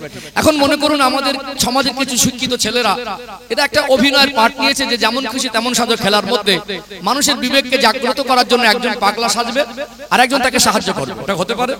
তাহলে একটা ছেলে আপনার গ্রামের বা আপনার পাড়ার খুব চালাক চতুর, তার পোশাক, তার মেকআপ, তার চরিত্র, তার অভিনয় পুরো পাগলার মতো, পুরো পাগলার মতো, আর একজন তাকে সাহায্য করছে। কিন্তু যে ছেলেটা পাগলা সেজেছে, ওর প্রতিবেশী, ওর বন্ধু বান্ধব, এমনকি চাস্ত ভাইকে চিনতে পারছে না এটা কে। মাঝে মাঝে এরকম হয় না? হয় কি হয় না? তাহলে ওই সময় ওর অভিনয়, ওর লেবাস পোশাক, ওর আচরণটা পুরো পাগলা মানুষের মতো। আসলে কি ছেলেটা পাগলা? ওর ভিতরে একটা সম্পূর্ণ চরিত্রটা বিপরীত, ওর ভিতরে একটা স্পেশাল চরিত্র লুকানো আছে, আছে না? নেই? ঠিক আমাদের খোলস যতই অভিনয় করি মুসলমান সাজার মতো, আমাদের চিন্তা চেতনাকে, আমাদের চলাফেরাকে, আমাদের কর্মজীবনকে, আমাদের আদর্শকে আমরা যদি আল্লাহ এবং রাসূলের কথা মতো স্বেচ্ছায় মেনে নিয়ে জীবন অতিবাহিত করতে না পারি, খোলসে খোলসে মুসলমান হয়ে উপরে মুসলমান সেজে আল্লাহর কাছে মুসলমান বলে গণ্য হওয়া যাবে না। এখন ছেলে মেয়ের বিয়ে হলে বেই বাড়ি যায়, নতুন নতুন বেই বিনের সম্পর্ক তো, আর বিন যদি ফোন করে বলে বেই আসেন, মিষ্টি মিষ্টি গলা। এখন আবার অনেকে বিনের পাগল, একেবারে সকাল সকাল সেলুন দোকানে গেছে, গিয়ে ভালো করে চুল দাড়ি সেভ করে একদম নতুন কুটুম বাড়ি, মনে একটা চকচকে ঝকঝকে জামা কাপড় পরে গেছে, নতুন নতুন একটা কুটুম। সেই দিন শুক্রবার, এখন বেই বাড়ি গেছে মানে চুল দাড়ি সেভ করে সাদা সাদা জামা কাপড় পরে আতর মেখে জুমার দিন শুক্রবারে মসজিদের ফাঁস কাতারে বসে আছে। উপর থেকে খোলস দেখে মনে হচ্ছে একেবারে পাকা মুসলমান। কিন্তু খবর নিয়ে দেখবেন লোকটা পাক্কা সুদখোর, খবর নিয়ে দেখবেন লোকে জায়গা দখল করে বসে আছে, খবর নিয়ে দেখবেন নিজে ইনসাফ করতে পারে না, বিচার করতে গিয়ে ঘুষ খেয়ে বসে আছে, খবর নিয়ে দেখবেন আজ বেই বাড়ি গেছে বলে জুমার দিন ফাঁস কাতারে ফেরেশতার মতো বসে আছে, বাড়ি যখন থাকে জুমার দিন আজান হয় ঘরে শুয়ে সে বিড়ি টানে। আছে না? আছে না? তাহলে আমাদের খোলস মুসলমান করলে হবে না, আমাদের উপরের চরিত্রকে মুসলমানের মতো করলে হবে না, ওর সাথে সাথে ভিতরে চিন্তা চেতনাকে, চলাফেরাকে, আখলাক চরিত্রকে, প্রত্যেকটা মানুষের দুই রকম চরিত্র, একটা বাহ্যিক একটা আভ্যন্তরীণ, উপরের চরিত্রের সাথে সাথে ভিতরের চরিত্রটাকে মুসলমান করতে হবে। এই জন্য আল্লাহ বলছেন ওয়ালা তামুতুন্না ইল্লা ওয়া আনতুম মুসলিমুন, মরতে যদি হয় পরিপূর্ণ মুসলমান না হয়ে মৃত্যুবরণ। অনেক ধৈর্য ধারণ করেছেন, এই কথাগুলো আমি অনেকটা সময় নিয়ে পাঠ পাঠ করে ধাপে ধাপে বুঝিয়েছি। ধৈর্য থাকলে তো আরো বোঝানো যায়, কিন্তু মানুষের একটা ধৈর্যের ব্যাপার আছে। আমার তো মনে হয় মোটামুটি বুঝতে পেরেছেন, আর অসুবিধা আছে নাকি? এই জন্য কোরআন শরীফের কথাগুলো গুরুত্ব দিয়ে শুনতে হয়, বুঝতে হয়। আমরা সেই মেজাজ হারিয়ে ফেলছি বলে এত টাকা খরচা করে জলসা দিয়ে আমরা কি পাই আর হুজুররা কি দিয়ে যায় সেইটা হিসাব মেলাতে পারি না। এই জন্য এখানে যখনই বসবেন তাড়াহুড়ো নেই, অধৈর্য নেই, ধৈর্য শিখে বসবেন, আলেমে সোহবাতে বসবেন, কথাগুলো মনের কান থেকে শুনবেন, আমাদের জীবনের সমাধানের রাস্তা বের হবে ইনশাআল্লাহ। তাহলে এতক্ষণ বলার পরে আমরা যা বুঝতে পারলাম, আমরা উপরে উপরে মুসলমান মনে করলেও আমরা কর্মজীবনকে মুসলমানের মতো করতে পারি না। জীবনে একটা সমস্যার একটা হলো সমাধান, অসুস্থতা হলো একটা সমস্যা, সুস্থতা হলো সমাধান। হঠাৎ একটু স্বামী স্ত্রীর মনোমালিন্য, এটা একটা ছোটখাটো সমস্যা, আবার মিলে যাওয়াটা সমাধান। পারিবারিক ভাবে একটা প্রতিবেশীর সঙ্গে ক্ষণিকের জন্য ভুল বোঝাবুঝিতে ঝগড়া ঝামেলা হয়ে যায়, ওটা একটা ক্ষণস্থায়ী সমস্যা, আবার যখন কাঁধে কাঁধ মিলে যায় ওটার একটা সমাধান। ঠিক আমাদের জীবনের একটা বড় সমস্যা হলো আমরা হারাম হালাল সব জানি কিন্তু মানতে পারছি না। কেন পরিবর্তন হয় না? কেন কয়েকশো কোটি টাকা খরচা করছে জলসা বাবদ গোটা বাংলায়, কিন্তু বছরের শেষে দেখা যাচ্ছে মসজিদটাই খালি। বুঝতে পারছেন না? বছরের শেষে দেখা যাচ্ছে প্রতি বছরে বেপরদার সংখ্যাটা পার্সেন্টেজ বাড়ছে, সুদখোরের পার্সেন্টেজ বাড়ছে, ঘুষখোরের, জুলুমবাজি, ধোঁকাবাজি। তাহলে আমরা এত কিছু আপডেট করছি, আমাদের চরিত্রকে কেন আপডেট করতে পারছি না? যারা শিক্ষিত ভাইরা আছেন দেখবেন এখন সব মোবাইলের অ্যান্ড্রয়েড যে ভার্সন ওটা পরিবর্তন হচ্ছে, 11, 12, 13, 14, এখন 15 ভার্সন চলছে, আপডেট ভার্সন। এখন কম্পিউটারের যে ভার্সন সেটাও চেঞ্জ হয়, কথা কি বুঝতে পারছেন? উইন্ডোজ যে ভার্সন ওটাও চেঞ্জ হয়। আমরা সবই কিছু আপডেট করছি। আগের দিনে যে বাড়িতে আমরা বসবাস করতাম, যেটা মানুষের কাছে মনে হতো ভীষণ সুন্দর বাড়ি, এখন আমাদের গৃহপালিত পশু পাখির জন্য তার থেকে ভালো ভালো বাড়ি করেছি না? আগের দিনে মানুষ বসবাসের ঘর যা ছিল, এখন বর্তমান সময়ে গোয়াল ঘরগুলো তার থেকে আরো ভালো। তাহলে আমরা একটা পশুর ঘরকে আপডেট করে ফেললাম, কিন্তু আমরা আমাদের চরিত্রকে আপডেট করতে পারলাম না। এই জন্য এখানে বসবেন আলেমের সোহবতে, চরিত্র আপডেটের রাস্তা খুঁজে পাবো ইনশাআল্লাহ। চলুন একটু ধাপে ধাপে আগে বাড়ি, সব দিকটা বজায় রাখাও ভালো। বাংলার পরিবেশ তো সুলতান না দিলে মানুষ মনে করে ওয়াজি শুরু হয় না, এটা একটা খুব একটা নেগেটিভ দিক। আমি মাঝে মাঝে মনে হয় যে এরকম করেই মানুষকে বোঝাই, কিন্তু মানুষের আবার মন ভরবে না। যদিও মন ভরানো আমার উদ্দেশ্য না, তো সব দিকটা বজায় রাখাই ভালো। সোনার মানিকেরা, নওজোয়ান তরুণেরা, ও সোনার মায়েরা, যুবকেরা, আব্বারা মায়েরা, আল্লাহ দয়াময় পবিত্র কালাম কোরআনুল কারীমে সূরা আলে ইমরানের 102 নম্বর আয়াতের ভিতরে স্পষ্ট করে জানিয়ে দিলেন, ইয়া আইয়ুহাল্লাযীনা আমানু, হে বিশ্বাসী বান্দা বান্দিরা, ইত্তাকুল্লাহা হাক্কা তুকাতি, তোমরা আমি আল্লাহকে ভয় করার মতো ভয় করো, ওয়ালা তামুতুন্না ইল্লা ওয়া আনতুম মুসলিমুন।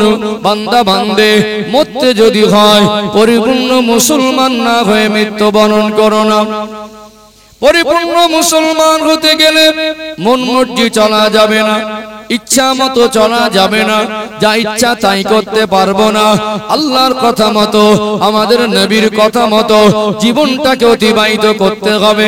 কোনটা হারাম, কোনটা হালাল, কোনটা নেকি, কোনটা গুনাহ, কোনটা করণীয়, কোনটা বর্জনীয়, এটা আমরা সবাই জানি কি জানি না, কিন্তু মানতে পারছি না কেন?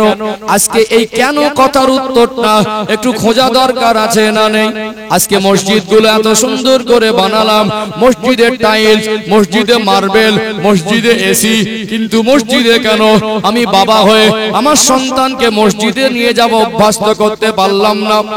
আজকে অভাব নেই, আজকে বর্তমান সময়ে বাজারে মার্কেটে বরকা কিনতে পাওয়া যায়, বরকার দোকান পাওয়া যায়। আজ থেকে 20-30 বছর আগে মার্কেটে এত বরকার দোকান ছিল না, এত বরকা পরা মানুষ দেখা যেত না। তখনকার দিনে ওই শাড়িতে বাপের বাড়ি তোলা কোনো শাড়ি ছিল না, স্পেশাল করে শোকেস আলনা আলমারি ছিল না। যেটাই পরে বাপের বাড়ি, ওটাই পরে ডাক্তার বাড়ি, ওটাই পরে কোনো মানুষের সংবাদ পেলে মউত ইন্তেকাল হয়ে গেলে মৃত বাড়ি, ওই শাড়িটাকে এত আদবে পরিধান করতেন।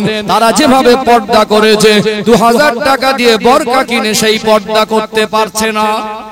পারছে কি? তাহলে আমরা কেন আমাদের মেয়েদের মায়েদেরকে পর্দা আবদ্ধ করতে পারলাম না? ভাবতে বড় অবাক লাগে। আজকে দিনে দেখা যায় একটা মানুষ যখন মারা যায়, ওই মানুষটাকে যখন আমরা সারা এলাকায় শোকের ছায়া নেমে আসে, ব্যথিত হৃদয় নিয়ে মানুষের জানাজায় হাজির হয়। 400 মানুষ 500 মানুষ যদি জানাজায় হাজির হয়, এর ভিতরে অধিকাংশ মানুষ একটা মানুষকে কাফন পরিয়ে গোসল দিয়ে জানাজার ময়দানে তার শেষ বিদায়ের মুহূর্তে ওই মরা মানুষটাকেও ধোঁকা দেয়, জানাজাটা ভালো করে পড়তে পারে না। আমাদের জীবনের কতটা অবক্ষয় নেমে এসেছে। আমরা জীবনে একটা মরা মানুষের জানাজা পড়ে 1টা 2টো 3টে, কেউ 30টা 40টা পর্যন্ত জীবনে জানাজা পড়েছে। এই 40টা জানাজা পড়ার পরেও 4টে জানাজার যে 4টে তাকবীরে 4টে বিষয় আছে, একটা নিয়ত, একটা সানা, একটা দরুদ শরীফ আর একটা মাগফিরাতের দোয়া। 40টা জানাজা পড়লাম জীবনে, 40টা মাইতকে ধোঁকা দিলাম, কিন্তু 4টে দোয়া মুখস্থ করার সময় আর পেলাম না। আজকে আমরা কোথায় ডুবে যাচ্ছি বুঝতে পেরেছেন? ও ভাইজানেরা, সোনার মানি যুবকেরা, আব্বারা মায়েরা, সমাজ কেন পরিবর্তন হয় না? এর মূল কারণ হলো আমরা যারা বাবা মা, আমরা দায়িত্বহীন হয়ে পড়েছি। কেন পরিবর্তন হয় না আর হবে কিভাবে? আমরা কি করে প্রকৃত মুসলমান হব? আল্লাহ দয়াময় আমাদেরকে যে আদেশ নিষেধ করেছেন সেগুলো আমরা কিভাবে মেনে চলতে পারবো, তার কিছু সমাধানের জন্য কয়েকটা কারণ তুলে ধরছি। দুনিয়া জমিন আমরা মানুষ, আল্লাহ দয়াময় আমাদের যাদের সন্তান দিয়েছেন, এই সন্তানদের উপরে আমাদের দয়া মায়া আছে না নেই? আপনার সন্তানকে আপনি যতটা ভালোবাসেন, আমি হুজুর অতটা ভালোবাসতে পারবো না। আপনার সন্তানের জন্য আপনি যতটা ভালো ভাবনা ভাবেন, আমি হুজুর অতটা ভাবতে পারবো না। প্রত্যেকের সন্তান প্রত্যেকের কাছে মায়ার, তাদের ভবিষ্যৎ নিয়ে বাবা মা চিন্তিত হয়ে থাকে কি থাকে না? নবী আমার সোনা জবানে বললেন, আলা কুল্লুকুম রাঈন ওয়া কুল্লুকুম মাসউলুন আর রাইয়াতি। তোমরা প্রত্যেকেই এক একজন দায়িত্ববান জিম্মাদার। তোমাদের দায়িত্ব আর কর্তব্য কতটুকু পালন করেছো আল্লাহর কাছে হিসাব দিতে হবে। আল্লাহ আপনাকে সন্তান দিলেন, ওই সন্তানটা আপনার কাছে আমানত। আপনি বাবা আর মা, সন্তানকে নিয়ে জীবনে অনেক স্বপ্ন দেখছেন। ছেলেটাকে মানুষের মতো মানুষ করব, মেয়েটাকে মানুষের মতো মানুষ করব। এই স্বপ্ন পূরণের জন্য আপনাদের জীবনের কষ্ট মেহনত করা পয়সাগুলো হাসি মনে সন্তানদের পিছনে ব্যয় করে, তাদের পোশাক লাগলে কিনে দেয়, অসুস্থ হলে চিকিৎসা করে। আমরা তাদেরকে দুনিয়ায় খাবার অভাব রাখিনি, লেখাপড়া শেখানোর জন্য আমরা প্রত্যেকটা বাবা মা যথেষ্ট চেষ্টা করি কি করি না? চেষ্টা করি না? প্রত্যেকের স্বপ্ন থাকে বাচ্চাটাকে মানুষের মতো মানুষ করব। এই মানুষের মতো মানুষ করার ভিতরে সবই কিছু হচ্ছে, সাথে সাথে আমরা শুধু শরিয়াতের শিক্ষা, ইসলামের শিক্ষা, ইমানের শিক্ষা, জাহান্নাম থেকে বাঁচার যে প্র্যাকটিক্যালের শিক্ষা, আল্লাহর সঙ্গে সম্পর্ক তৈরি করার শিক্ষা থেকে আমরা তাদেরকে বঞ্চিত করে রেখেছি। এটা আমাদের জীবনের সবথেকে মাইনাস পয়েন্ট। প্রত্যেকটা গার্জিয়ান বাবা আর মা যদি সন্তানকে প্র্যাকটিক্যালি ভাবে, পারিবারিক ভাবে আদর্শবান সন্তান হিসেবে গড়ে তোলার জন্য কোরআন হাদিসের যে শিক্ষা সেগুলো তাদের জীবনে বাস্তবায়ন না করে, বছরে শুধু একবার জলসা দিয়ে হুজুর এনে ওয়াজ করিয়ে আর ভালো করে রান্না করে লোককে খাইয়ে দিয়ে সমাজ পরিবর্তন হয়ে যাবে না। আজকে বর্তমান সময়ে দেখা যায় সরকারি স্কুলের শিক্ষার মান তলানিতে। এই জন্য আমাদের আনাচে কানাচে নহর শহরে নগরে গ্রামে গঞ্জে অনেক বেসরকারি মিশন তৈরি হয়েছে না হয়নি? একটা মানুষ ভ্যান চালায়, একটা মানুষ মুটেগিরি কাজ করে, একটা মানুষ মজদুরি করে, 8 ঘন্টা 7 ঘন্টা রোদে মাঠে কাজ করে, মাটি গুবানো কাজ করে, বাড়ি ফিরে আসে গেঞ্জিটা ঘামে ভিজে থাকে, নিংড়ালে মনে হয় টপ টপ করে ঘাম বের হবে। ওই কষ্টের টাকাগুলো বাচ্চার পিছনে খরচা করে। জীবনে বড় স্বপ্ন ছেলেটা যেন মেয়েটা যেন মানুষের মতো মানুষ হয়। অবশ্যই শিক্ষা দেবেন, শিক্ষা জাতির মেরুদণ্ড। শিক্ষা ছাড়া মানুষের উন্নতি সম্ভব নয়। দুনিয়ার 60-70 বছর যদি আল্লাহ হায়াত দেন, মাথা উঁচু করে দেশের সুনাগরিক হয়ে বাঁচতে গেলে শিক্ষার দরকার আছে না নেই? তবে জেনারেল শিক্ষার প্রতি যতটা গুরুত্ব দিচ্ছেন, ওর সাথে সাথে তাকে জাহান্নাম থেকে বাঁচাতে গেলে তার নামাজের শিক্ষা, তার ভিতরে শরীয়তের শিক্ষা, তার ভিতরে ইসলামের শিক্ষাটাও দরকার আছে না নেই? অবশ্যই দরকার আছে। আপনার সন্তান আল্লাহ আপনাকে দিলেন আমানত স্বরূপ, সন্তানের জন্য তো কষ্ট এত মেহনত করলেন, অবশ্যই শিক্ষিত করবেন। আপনার সন্তান যদি ডাক্তার হয়, আপনার সন্তান যদি ইঞ্জিনিয়ার হয়, আপনার সন্তান যদি উকিল হয়, জজ হয়, সেটা তো আমার কাছে গর্বের। শিক্ষার বিরুদ্ধে ইসলাম নয়, শিক্ষার বিরুদ্ধে আমি নয়, বরং ইসলাম মানুষকে শিক্ষার যে গুরুত্ব বুঝিয়েছে। গুগলে সার্চ করবেন, গোটা পৃথিবীতে মানুষ 3.5 থেকে 4 হাজার ধর্ম হিসাবে মেনে মানুষ আজকে যে যার এক একটা ধর্ম হিসাবে তাদের ধর্মীয় আইন কানুন নীতিরীতি মেনে চলে। গোটা বিশ্বে গুগলের তথ্য অনুযায়ী 3.5 থেকে 4 হাজার ধর্ম আছে। কিন্তু মনে রাখবেন, ইসলাম মনুষ্য জাতির জীবন বিধান। ইসলাম যে শিক্ষার গুরুত্ব বুঝিয়েছে, অন্য কোন ধর্ম শিক্ষার এত গুরুত্ব বুঝিয়েছে বলে আমার জানা নাই। কোরআনুল কারীমকে আল্লাহ দয়াময় আমার আপনার নবীর উপরে নাজিল করলেন রমাদানুল মুবারক মাসে, লাইলাতুল কদরের রাতে, গারে হেরাতে, জাবালে নূর পাহাড়ের গুহার ভিতরে নবী আমার ধ্যানে মশগুল ছিলেন। আল্লাহ পাক সূরাতুল আলাকের প্রথম 5টা আয়াত আমার আল্লাহ নাজিল করে দিলেন। প্রথম আয়াতের প্রথম শব্দটাই ছিল যে শব্দ দিয়ে আল্লাহ মহাগ্রন্থ আল কোরআন, এই কোরআনুল কারীমের নাজিলের সূচনা করলেন। ওই শব্দটা ছিল ইকরা, অর্থাৎ পড়ো। আল্লাহ শিক্ষার কথা দিয়ে শুরু করেছেন। নবী আমার সোনার জবানে বলছেন, উতলুবুল ইলমা মিনাল মাহদি ইলাল লাহাদ। একটা মানুষের শিক্ষার সময় হলো মায়ের দোলনা থেকে মউতের আগ পর্যন্ত। বলুন সুবহানাল্লাহ। তাহলে শিক্ষা দরকার আছে না নেই? 60-70 বছর বাঁচবো, আমি চাই আমার একটা ভাই রাষ্ট্রপতি হোক, একজন অর্থমন্ত্রী হোক, একজন শিক্ষামন্ত্রী হোক। তাহলে তার ভিতরে শিক্ষাগত যোগ্যতা দরকার আছে না নেই? আপনার গ্রামে যদি একটা ছেলে যদি এমবিবিএস ডক্টর হয়, গ্রামের মানুষের কাছে গর্বের না? গর্বের না? অর্থাৎ শিক্ষা থেকে পিছিয়ে থাকা যাবে না। বাচ্চার জন্য 5 তলা বাড়ি আর 50 বিঘে জমির থেকে ওই টাকা দিয়ে বাচ্চাকে ভালো মানুষ করেন, মানুষের মতো মানুষ করেন, শিক্ষিত করেন, আদর্শবান হিসেবে গড়ে তোলেন। ওই রকম 50 বিঘে জায়গায় 500 বিঘে জমির সম্পদের পিছনে ঘুরবে। কথা ঠিক না বেটা? অথচ আমরা চেষ্টা করছি আমাদের সন্তানকে শিক্ষিত করব। এই জন্য আমরা যখন বাচ্চা অঙ্কে কাঁচা থাকে, অঙ্কের একটা প্রাইভেটের মাস্টার ঠিক করি, ইংরেজিতে কাঁচা থাকে সেটা ঠিক করি। এগুলো যদি তার জীবনে দরকার হয়, জাহান্নাম থেকে বাঁচতে গেলে আমাদের মরণ হবে কি হবে? আখিরাত আছে না নেই? আমরা মুসলমান, আমাদের জীবন যাপনের জন্য আল্লাহ আমাদের শ্রেষ্ঠ জীবন বিধান ইসলাম দিয়েছেন। এই ইসলামের শিক্ষা আমাদের প্রয়োজন আছে না নেই? অথচ আমরা নামটা মুখস্থ ছিল সেটা মুখস্থ করালাম, 4টে কলেমা মুখস্থ করালাম না। ইংরেজি লিখতে পারে, পড়তে পারে, মারপেট থেকে শিখে আসিনি, সেটা শেখাতে পারলাম, কোরআন শরীফটা শেখাতে পারলাম না। এটা বাবা মার ব্যর্থতা। কার ব্যর্থতা? বাচ্চাদের তো 5 বছর বয়স না হলে আমরা স্কুলে ভর্তি করি না, করি কি? 2.5 বছর বয়স হলে একটু কথা বলা শিখেছে, তখন থেকে আদর্শ লিপি কিনে দিয়েছে। ভালো জিনিস, এটা শেখান, কে মানা করেছে আপনাকে? হাট্টিমাটিম যদি মুখস্থ হয়, তাশাহুদটা কেন মুখস্থ নেই? দরুদ শরীফটা কেন মুখস্থ নেই? দোয়া কুনুতটা কেন মুখস্থ নেই? নামাজের দোয়া কালামগুলো কেন মুখস্থ নেই? ওগুলো যদি পারেন এগুলো পারবেন। আপনি বাবা সারা দিন কষ্ট করেন, দিনের শেষে যদি বাচ্চাকে 10টা মিনিট সময় কোলে নিয়ে বসে যদি বলেন, বাবা সূরা ফাতিহা আমি একবার পড়ছি, তুমি একবার পড়ো তো, 10 মিনিট করে যদি বাচ্চাটা 4 বছর বয়স 1 মাস পড়াতেন, একটা সূরা মুখস্থ হতো না? আকি বাকি যা শেখাবেন শেখান। সব সন্তানকে হাফেজ আলেম মাওলানা মুফতি নাই বা করলেন, সে ডক্টর হোক, ব্যারিস্টার হোক, ইঞ্জিনিয়ার হোক, অর্থমন্ত্রী হোক, শিক্ষামন্ত্রী হোক, বিচারক হোক, তার ভিতরে যেন ইসলামের শিক্ষা থাকে, ইসলামের আদর্শ থাকে। উপরে খোলসে মুসলমান হিসেবে সে মনে করবে, অথচ মুসলমান কাকে বলে সে জানবে না। ছোট থেকে প্র্যাকটিক্যালে তাকে শেখাবেন না, আর বছরে একবার হুজুর এনে বলবেন হুজুর পুঁছে দেন, এতে সমাজ পরিবর্তন হবে না। কথা কি বুঝতে পারছেন? ছোট থেকে প্র্যাকটিক্যালে তাদেরকে আদর্শিকভাবে, পারিবারিকভাবে ইসলামের পরিবেশ তাদের ভিতরে বাস্তবায়ন করে দিতে হবে। এই দায়িত্ব হলো বাবা মা। এই বাবা মা যদি এখানে দায়িত্ব পালনে ফেল হয়ে যায়, বাবা মা যদি এখানে দায়িত্ব পালনে ব্যর্থ হয়ে যায়, তাহলে আমাদের সন্তানদের চেহারা হিরোর মতো হলে ও মদ খাওয়ায় হিরো হবে, সুদ খাওয়ায় হিরো হবে, ঘুষ খাওয়ায় হিরো হবে, গুটখা খাওয়ায় হিরো হবে, গালাগালিতে হিরো হবে, নামাজে আদর্শে চরিত্রের দিক থেকে আদর্শবান হিসাবে হিরো হতে পারবে না।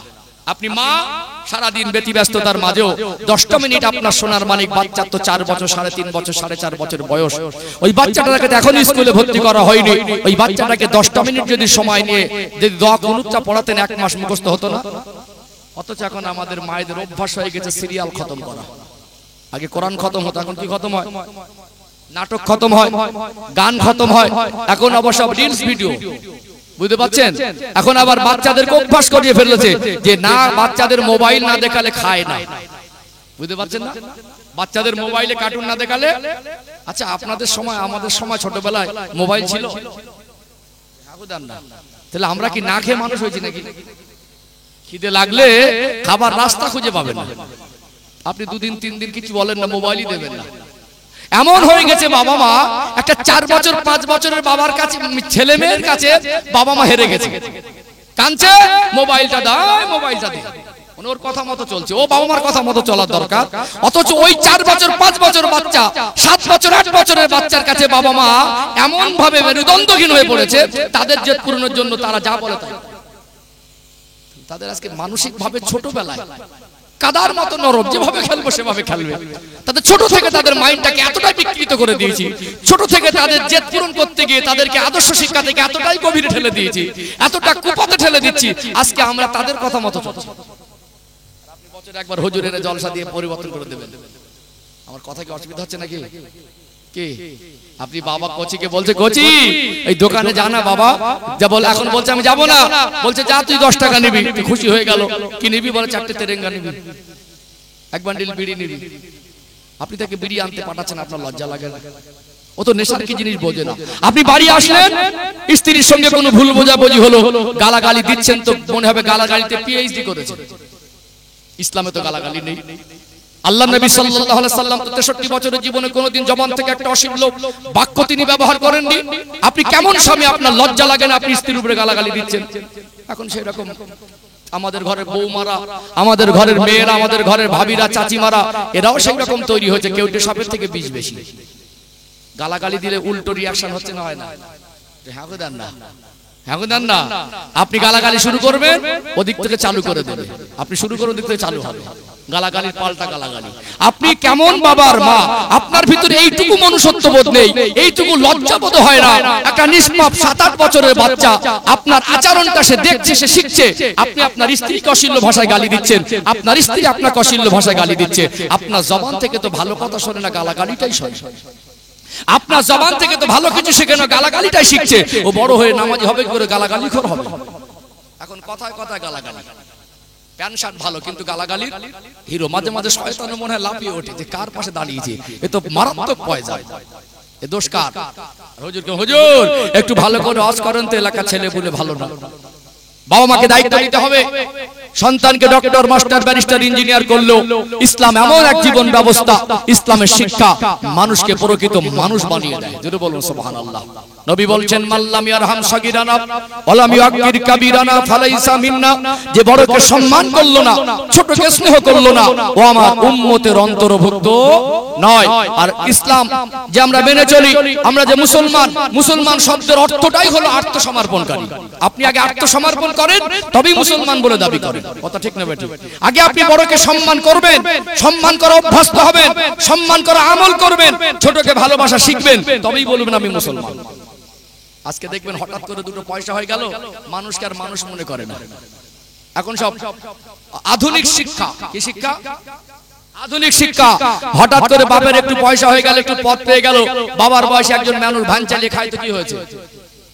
আজকে বর্তমান সময়ে হারাম খোরের থেকে হালাল খোরের দাম কমে গেছে। রাগ করছেন নাকি?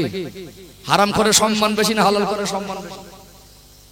টাকা আছে, ও সুদখোর হলো জন্য চিয়াত ছাড়বে, ঘুষখোর হলো চিয়াত ছাড়বে, কিন্তু একজন ভ্যান চালিয়ে খায়, ও সৎ, ও ন্যায়, কাউকে গালি দেয় না, কারোর মাল আত্মসাৎ করে না, কাউকে ছোট বড় বলে না, গরিব, গাড়ি আর বাড়ি নেই বলে সম্মান নেই। ঠিক বলছি না ভুল বলছি? একটা ছেলের বয়সী ছেলে, লোকটা ভ্যান চালিয়ে খায়, তো কি হয়েছে? তোমার বাপ যে এসি রুমে পরে ঘুষ খায়, ওই ঘুষখোরের থেকে ভ্যান চালকের মূল্য আল্লাহর কাছে বেশি। এখন ওকে বলছে ভ্যানওয়ালা যাবি, শিক্ষা বুঝতে পারছেন? শিক্ষা বুঝতে পারছেন? দুটো পয়সা হয়েছে, একটু পরিচয় হয়েছে, ও ভ্যানওয়ালাকে বলছে এই ভ্যানওয়ালা যাবি। ভ্যানওয়ালা ছেলের বয়সে লেগে বলছে স্যার আপনি কোথায় যাবেন? এটা কোন স্যার? বুঝতে পারছেন না? তাহলে ও শিক্ষিত হয়েছে, ভিতরে প্রকৃত মানবতার শিক্ষা, মনুষ্যত্বের শিক্ষার অভাব হয়ে গেছে। গেছে না যায়নি? ইসলাম বলে তুমি আগে বড়কে সম্মান করো, ছোটকে স্নেহ করো, তারপরে তুমি মুসলমান বলে দাবি করো।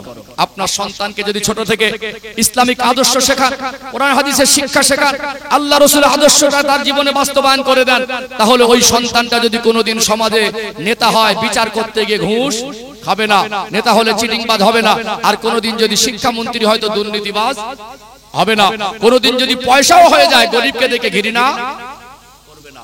অর্থাৎ ইসলামের শিক্ষাটা আমাদের প্র্যাকটিক্যালে ছোট থেকে পারিবারিকভাবে আদর্শবান সন্তান হিসেবে গড়ে তোলার দায়িত্ব প্রত্যেকটা বাবা মার উপরে আছে না নেই? অথচ আমাদের থেকে তারা কি শিখবে? আমরা বাবা মা হিসাবে আমরা নিজেরা দায়িত্ববান হইনি। আমরা আমাদের সন্তানদের সামনে যে আচরণ করি, সন্তানদের সামনে আমাদের 24 ঘন্টার যে জীবন যাপনের ভিতর থেকে পবিত্রতা জিনিসটা আমরা হারিয়ে ফেলছি। তারা শিখবে কার কাছ থেকে? কথা মনে বুঝতে পারছেন না? তারা শিখবে কার কাছ থেকে? কষ্ট পাচ্ছেন নাকি? কথাগুলো বাস্তব না অবাস্তব? যতক্ষণ না আমরা গার্জিয়ানরা দায়িত্ববান হচ্ছি, ছোট থেকে বাচ্চাদেরকে ভালো মানুষের মতো মানুষ করার দায়িত্ব না নিচ্ছি, ততদিন না শুধু ওয়াজ দিয়ে সমাজ পরিবর্তন। ও ভাইজানেরা, সোনার মানিক যুবকেরা, আব্বারা মায়েরা, চলুন আর একটা বিষয় একটু ক্লিয়ার করে দেই। আজকে যতদিন যাচ্ছে বর্তমান সময় বেহায়াপনা বেড়েই যাচ্ছে কি যায় না। আল্লাহ দয়াময় কোরআনুল কারীমে বলেন অকরনা ফি বুয়ুতিকুন্না ওয়ালা তাবাররাজনা তাবাররুজাল জাহিলিয়াতিল উলা। ও দুনিয়ার মেয়েরা, দুনিয়ার মহিলারা জাহিলিয়াতের যুগের মেয়েদের মতো উলঙ্গপনা হয়ে বেহার মতো চলাফেরা করো না। আমার আল্লাহ পর্দার বিধানকে ফরজ করে দিয়েছেন, এটা আমরা সবাই জানি। তবে বর্তমান সময় আজ আমাদের ঘরে কিছু মা বোন ভিন্ন ধর্মাবলম্বীদের কালচারে আকৃষ্ট হয়ে ফ্যাশন আর মডার্ন গিরি দেখাতে গিয়ে এরাও আজকে শর্ট পোশাক আর দুনিয়ায় খোলামেলা পোশাক পরে আজকে দুনিয়ায় দাপট দেখিয়ে বেড়াচ্ছে কি বেড়ায় না। মনে রাখবেন বোরকা পরা ফরজ নয়, পর্দা করা ফরজ। আজকে কিছু কিছু মানুষ আমাদের ঘরে কিছু কিছু মা বোন বোরকা কিনে পড়ছে বটে, কিন্তু পর্দাটা আদায় করে না। স্কিন টাইট যদি বোরকা হয় ওতে পর্দা হলো? বোরকা পরে যদি চুলটা খুলে ঘোরে ওতে পর্দা হলো? বুঝতে পারছেন না? আমাদের ঘরে মা বোনদের খোলসটাও মুসলমান কিন্তু ভিতরটা মুসলমান হয়নি। কোন জায়গায় মার্কেটিং করতে যাবে, উচিত তো স্বামীরা যাবে, এখন স্ত্রীরা মার্কেটিং করতে যাচ্ছে। এই দোকানদারের সঙ্গে এত নম্র ভদ্র আচরণ করবে, দোকানদারের সঙ্গে এমন ভালো কথা বলবে, দেখে মনে হবে কেউ সম্ভ্রান্ত পরিবারের মেয়ে। বাড়ির খবর নিয়ে দেখবেন স্বামীর সঙ্গে কোনোদিন ওরকম মিষ্টি সুরে কথা বলে। ঠিক বলছি না ভুল বলছি? দোকানদারের সঙ্গে এত মিষ্টি মিষ্টি কথা বলবে, মনে হবে যেটা ফারিস্তা এসে বসে। ওই মেয়েটার আচরণ বাড়িতে পুরো বিপরীত। স্বামীর সঙ্গে উল্টো পাল্টা চড়া মেজাজে অশ্লীল ভাষায় কথা বলে।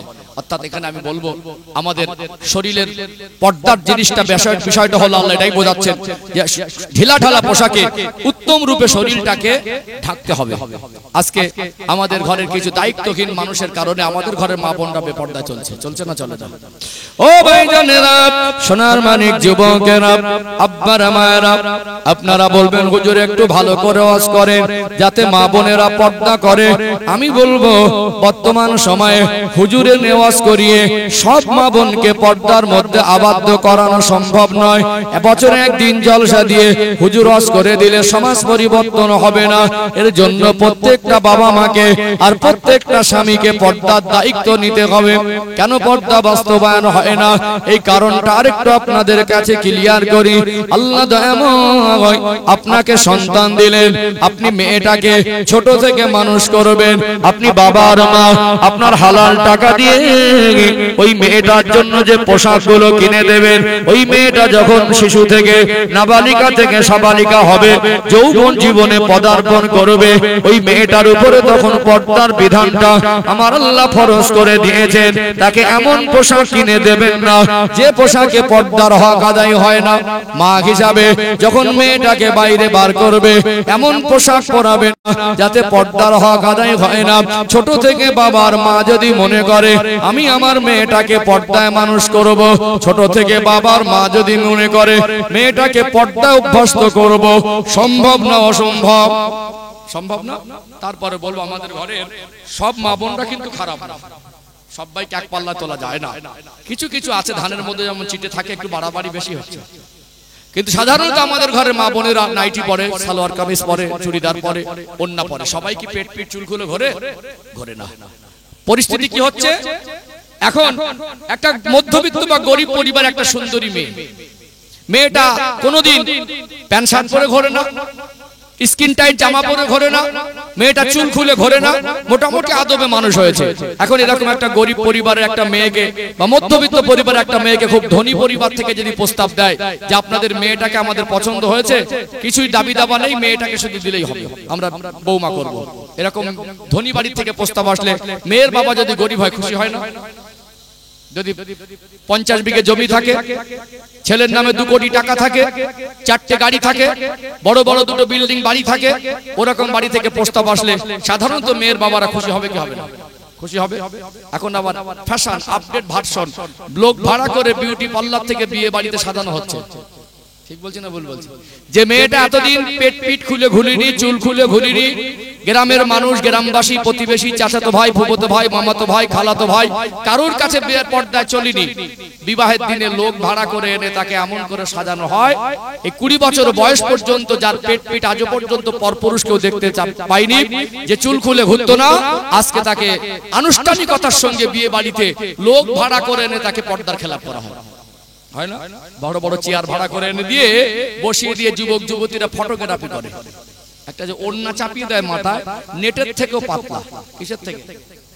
নেটের থেকেও পাতলা। আচ্ছা, 20 বছরের একটা মেয়েকে যদি সুন্দর করে সাজিয়ে যদি অর্ধনগ্ন করা হয়, এটা মানুষের সৃষ্টিগত একটা ব্যাপার।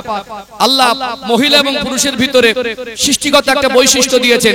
একে অপরে খোলামেলা পোশাকে দেখলে, একে অপরে যদি পর্দা ঠিক না থাকে, সেক্ষেত্রে শারীরিক এবং মানসিকভাবে আকর্ষিত হয়। এখানে একজন মানুষ দেখছে তার বাবার বয়সী চেয়ারে একটা মেয়েকে বসিয়ে দেওয়া হলো, বুড়ো বুড়ো দাদুগুলো গিয়ে বলছে তোকে হেভি লাগছে। তাহলে দাদুগুলোর চোখে যদি হেভি লাগে, জওয়ান যুবকদের চোখে সেদিন কিরকম লাগবে? কথা মনে বুঝতে পারছেন না? বিয়ে বাড়ির অনুষ্ঠান মানে ছেলে পক্ষ মেয়ে পক্ষ উভয় পক্ষের আত্মীয় স্বজন থাকে না?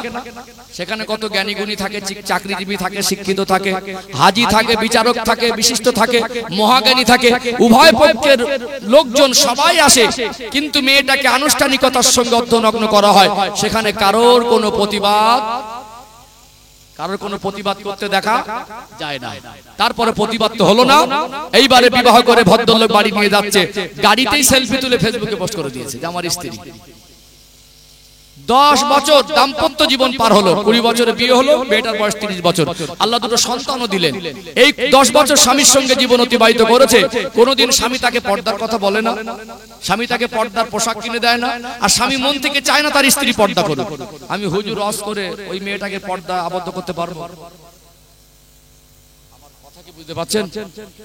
আমি হুজুর ওয়াজ করে ওই মেয়েটাকে কি পর্দা আবদ্ধ করে দিতে পারবো? তাহলে স্বামী যদি দায়িত্ববান না হয়, হুজুরের ওয়াজ করিয়ে পর্দা বাস্তবায়ন হবে না। আর বাবা মা যদি দায়িত্ববান না হয়, হুজুরের ওয়াজ করিয়েও মানে পর্দা বাস্তবায়ন করা যাবে না।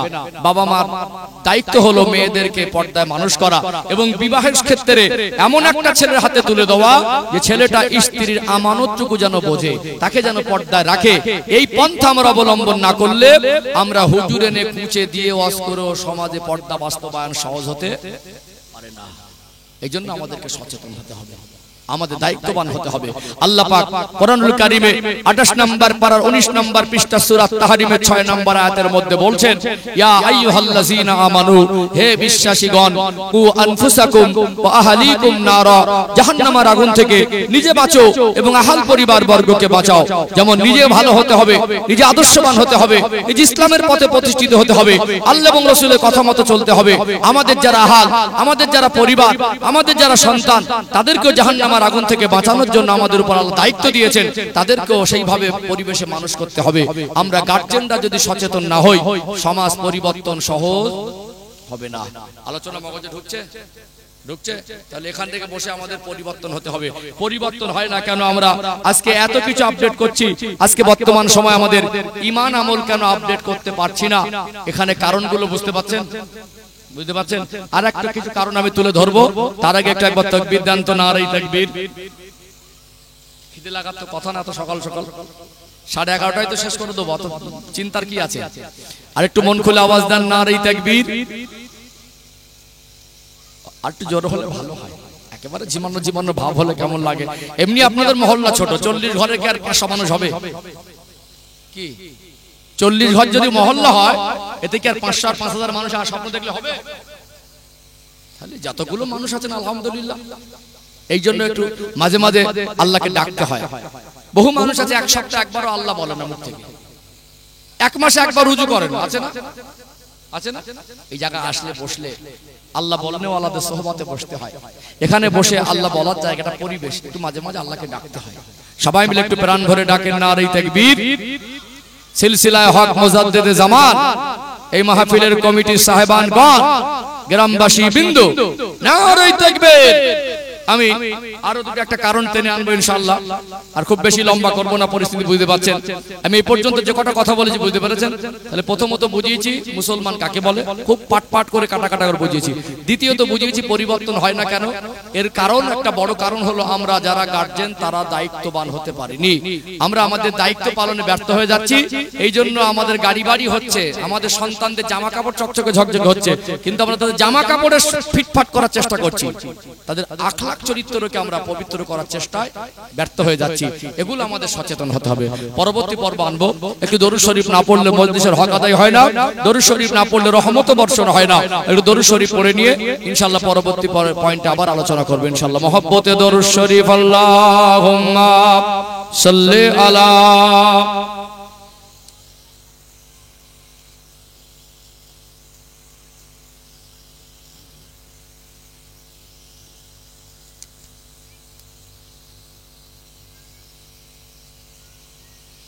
हब्बे अहमद जलगी सीने में है, मैं हूँ मेरा दिल मदीने में गए, फूल तो फूल काटो क्या हुस्न है, लुत्फ़े जन्नत से बढ़कर मदीने में गए। अल्लाहुम्मा सल्ली अला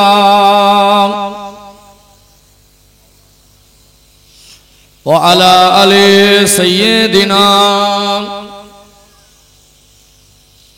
इन हवाओं से कह दो न आए इधर, मुझको खुशबू की कोई जरूरत नहीं, जिनके खुशबू से महका सारा जहां, वो खुशबू नबी के पसीने में है। अल्लाहुम्मा सल्ली अला व अला आले सय्यदिना।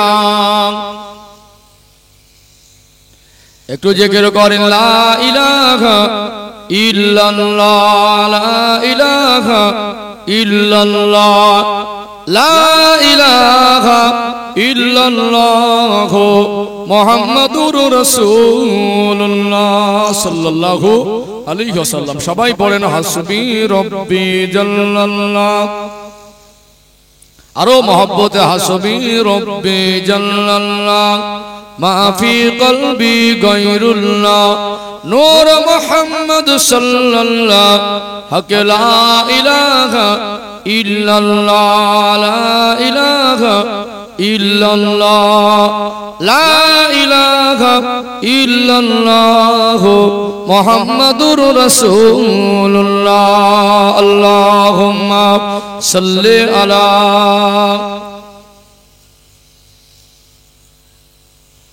ওয়া আলা আলি সাইয়্যিদিনা। ও ভাইজানেরা, সোনার মানিক যুবকেরা, আব্বারা মায়েরা, এই দুনিয়াটা হলো অস্থায়ী জীবন। গাড়ি বাড়ি বিবি বাচ্চা মাল সম্পদ যা কিছু আমার মনে হয় চোখ বন্ধ হয়ে গেলে আমার বলে আর তেমন কাউকে পাবেন না। এসেছি মেহমান খানায়, একা একা আসি নাই। আল্লাহ দয়াময় তিনি পাঠিয়েছেন, তিনি যখনই ডাকবেন সবকিছু ছেড়ে চলে যেতে হবে। ফাইজা জা আজালুহুম লা ইস্তাখিরুনা সাআতাও ওয়ালা ইস্তাকদিমুন। আল্লাহ বলেন, বান্দা বান্দে যখন ইন্তেকালের সময় হয়ে যাবে সামান্য যাররা টাইম আগে পিছে করা হবে না। চোখ বন্ধ হয়ে গেলে সব শেষ। কি নিয়ে যাব? জীবনে যা করেছি এই গোনার বোঝার নেকিটা নিয়ে আল্লাহর সামনে একদিন দাঁড়াতে হবে কি হবে না? কোরআনুল কারীম আল্লাহ বলেন, ওয়ালা তাজিরু ওয়াজিরাতুন বিজরা উখরা। বান্দা বান্দে তোমার গোনার বোঝা অন্য কেউ বহন করবে না, নিজের গোনার বোঝাটা নিজেই বহন করতে হবে। আমার আপনার গোনার ভাগীদার কেউ যদি না হয়, আমার আপনার গোনার বোঝা নিজেই যদি বহন করে, আল্লাহর কাছে যদি হিসাব দিতে হয়, এই জীবনে হিসাব নিকাশ করে আল্লাহ দয়াময় তিনি যদি জাহান্নাম আর জান্নাত নির্ধারণ করেন, এই জীবনটাকে পরিবর্তন দরকার আছে না নেই? আল্লাহ আমাদেরকে দুনিয়ায় পাঠালেন, আল্লাহর আদেশ নিষেধ মানতে গেলে একদিকে যেমন আমাদের শারীরিক শক্তি দরকার, অপরদিকে ঈমানি শক্তি দরকার আছে না নেই? ঈমান একটা আলাদা জিনিস। পৃথিবীতে মানুষ যা কিছু অর্জন করে, মনুষ্য জাতির জীবনের সবথেকে দামি অর্জন হলো ঈমান। আল্লাহ কোরআনুল কারীমে বলেন, ওয়া ইন তা'উদ্দু নি'মাতাল্লাহি লা তুহসুহা।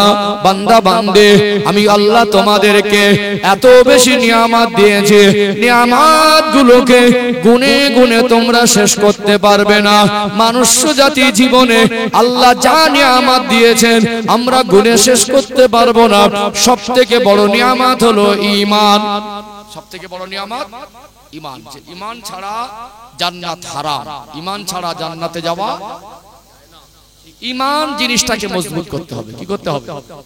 ঈমান জিনিসটাকে মজবুত করতে হবে। ঈমান জিনিসটা যদি মজবুত না করি, আল্লাহ এবং রাসূলের সঙ্গে আমাদের সম্পর্কের গভীরতা যদি তৈরি না হয়, আমাদের জীবনের সঙ্গে সম্পর্ক যদি ঠিক না হয়, আমরা সহজে আল্লাহর হুকুমগুলো পালন করতে পারবো না। যেহেতু এখানে আমাদের সামনে আবার কুরবানির ঈদ আসছে, এই জন্য একটা ঈমানের পরীক্ষার একটা বিষয়, ঈমানি শক্তিটা একটু ক্লিয়ার করে বুঝিয়ে দেই ইনশাআল্লাহ। ও ভাইজানেরা, সোনার মানিক যুবকেরা, আব্বারা মায়েরা, আল্লাহ পাক কোরআনুল কারীমে বলেন, ইন্নাদ দীনা ইনদাল্লাহিল ইসলাম। একমাত্র আল্লাহর কাছে মনোনীত পথ সেটা হলো ইসলাম। ইসলাম হলো মনুষ্য জাতির জীবন ব্যবস্থার পূর্ণাঙ্গ জীবন বিধান। ইসলাম শ্রেষ্ঠ। আল্লাহ পাক কোরআনুল কারীমকে নাজিল করলেন। এই কোরআনুল কারীম হলো পৃথিবীর জমিনের শ্রেষ্ঠ কিতাব। অর্থাৎ আল্লাহ পাক আমার আপনার তাকদীর, আমার আপনার নসিব, আমার আপনার কপালকে আমার আল্লাহ অনেক বড় করেছেন। আল্লাহ দয়াময় তার প্রিয় হাবিব, দয়ার নবী, মায়ার নবী, রাহমাতাল লিল আলামিন আমার রাসূলুল্লাহর উম্মত হওয়ার সুযোগ দান করে দিয়েছেন। আমরা শ্রেষ্ঠ নবীর উম্মত, শ্রেষ্ঠ কিতাব পেয়েছি, ইসলাম নামক আল্লাহর পক্ষ থেকে শ্রেষ্ঠ জীবন ব্যবস্থা পেয়েছি। এই মনুষ্য জাতি হলো সৃষ্টির শ্রেষ্ঠ। আমরা সৃষ্টির শ্রেষ্ঠ, কিতাব পেলাম শ্রেষ্ঠ, ধর্ম পেলাম শ্রেষ্ঠ, অর্থাৎ আল্লাহর মনোনীত, এবং নবীও পেলাম শ্রেষ্ঠ। এই শ্রেষ্ঠ জিনিসগুলো সব একত্রিত হয়ে গেলে একটা পাওয়ার তৈরি হয়, ওটা হলো সুপ্রিম পাওয়ার, সুপার পাওয়ার, ওটা হলো ঈমানি পাওয়ার। পৃথিবীতে মনুষ্য জাতির জীবনের সবথেকে দামি অর্জন হলো ঈমান। পৃথিবীর মনুষ্য জাতির জীবনে যা কিছু অর্জন করে সবথেকে দামি শক্তি হলো ঈমান। জোরে বলুন সুবহানাল্লাহ। ঈমান এমন এক জিনিস, ঈমান এমন এক বিষয়, এটাকে নিয়ে যদি একটু ব্যাখ্যা করা যায়, ঈমানী শক্তির সঙ্গে কোনো শক্তির তুলনা করা যায় না। তবে এর বিষয়গুলোকে কিছু কিছু সূক্ষ্ম ব্যতিক্রম বিষয়গুলোকে নিয়ে যদি বাস্তবতার সঙ্গে মিল করা যায়, ঈমানী শক্তির ঈমানী পাওয়ারটা সহজে বোঝা যায়। ভালো করে বুঝবেন। যদি আল্লাহ 50 বছর রহমতের পানি বর্ষণ বন্ধ করে দেয়, আজকে 2025 সালের গোটা বিশ্বের মধ্যে যারা বৈজ্ঞানিক আছে, বিজ্ঞানের প্রযুক্তি দিয়ে, বিজ্ঞানের টেকনোলজি দিয়ে আল্লাহর মতো করে পানি বর্ষণ করে বিশ্বের মানুষের প্রয়োজন মেটানো সম্ভব হবে? সম্ভব হবে না। কিন্তু একটা মানুষের যদি পরনে ছেঁড়া জামাও হয়, তালি দেওয়া হয়, ঘরটা যদি ভাঙাচোরাও হয়, লোকটার ভিতরে যদি নবীর মহব্বত থাকে, তার আদর্শ যদি ভালো হয়, সে যদি প্রকৃত মুসলমান হয়, তার জীবন যাপনে যদি আল্লাহ খুশি হয়, তার সঙ্গে যদি আল্লাহ সম্পর্ক তৈরি হয়, ওই মানুষটা যদি কাঁদে, ওর দুফোঁটা চোখের পানি জমিনে পড়ার আগে আল্লাহ রহমতের পানি দিতে পারে না? এটা কি শক্তি? ঈমানী শক্তি দিয়ে যা হয়, বিজ্ঞান সেটা করতে পারবে না। আজ থেকে অনেক পিছনের কথা মনে করিয়ে দেয় আপনাদেরকে। খুব বেশি দিনও যদি না যান, 30-40 বছর আগে, 50 বছর আগে, যারা মুরব্বী আছেন বলুন, তখন মানুষের খাবার কষ্ট ছিল না? ছিল না? শুনেছেন দাদুদের কাছ থেকে খাবার কষ্ট ছিল। সকালবেলা উঠে মায়ের মন খারাপ, রাতের বেলা পেট পুরে খেতে দিতে পারিনি, পাশের বাড়ি ধনী মানুষটার বাড়ির কাছে গিয়ে বলেছে, বাড়িতে চাচিমাকে যদি একটু পান্তা ভাত বেশি হয়, হাঁস মুরগিকে না দিয়ে আমাকে দিলে বাচ্চাগুলোকে খেতে দিতাম। অন্যের বাড়ির থেকে ধার করে এনে খাইয়েছে, চেয়ে এনে খাইয়েছে। দুপুরবেলা কি রান্না করবে এইটুকু বাড়ি ছিল না। দুপুরবেলা কি রান্না করবে, পাশের বাড়ির থেকে চাল ধার করে চলেছে, চলিনি? এরকম অভাব গেছে, কিন্তু তাদের স্বভাবটা ভালো ছিল, নীতি আদর্শ ভালো ছিল, তাদের জীবনের সঙ্গে আল্লাহ রাসূলের সম্পর্ক ছিল। সেই সময় কখনো কখনো অনাবৃষ্টি খরা হয়ে যেত, ময়দানে মানুষ গিয়ে কাঁদতো, আর আল্লাহ রহমতের পানি না নিয়ে বাড়ি ফিরতেন না। বলুন না সুবহানাল্লাহ। ওটা কি শক্তি? ওটা হলো ঈমানী শক্তি।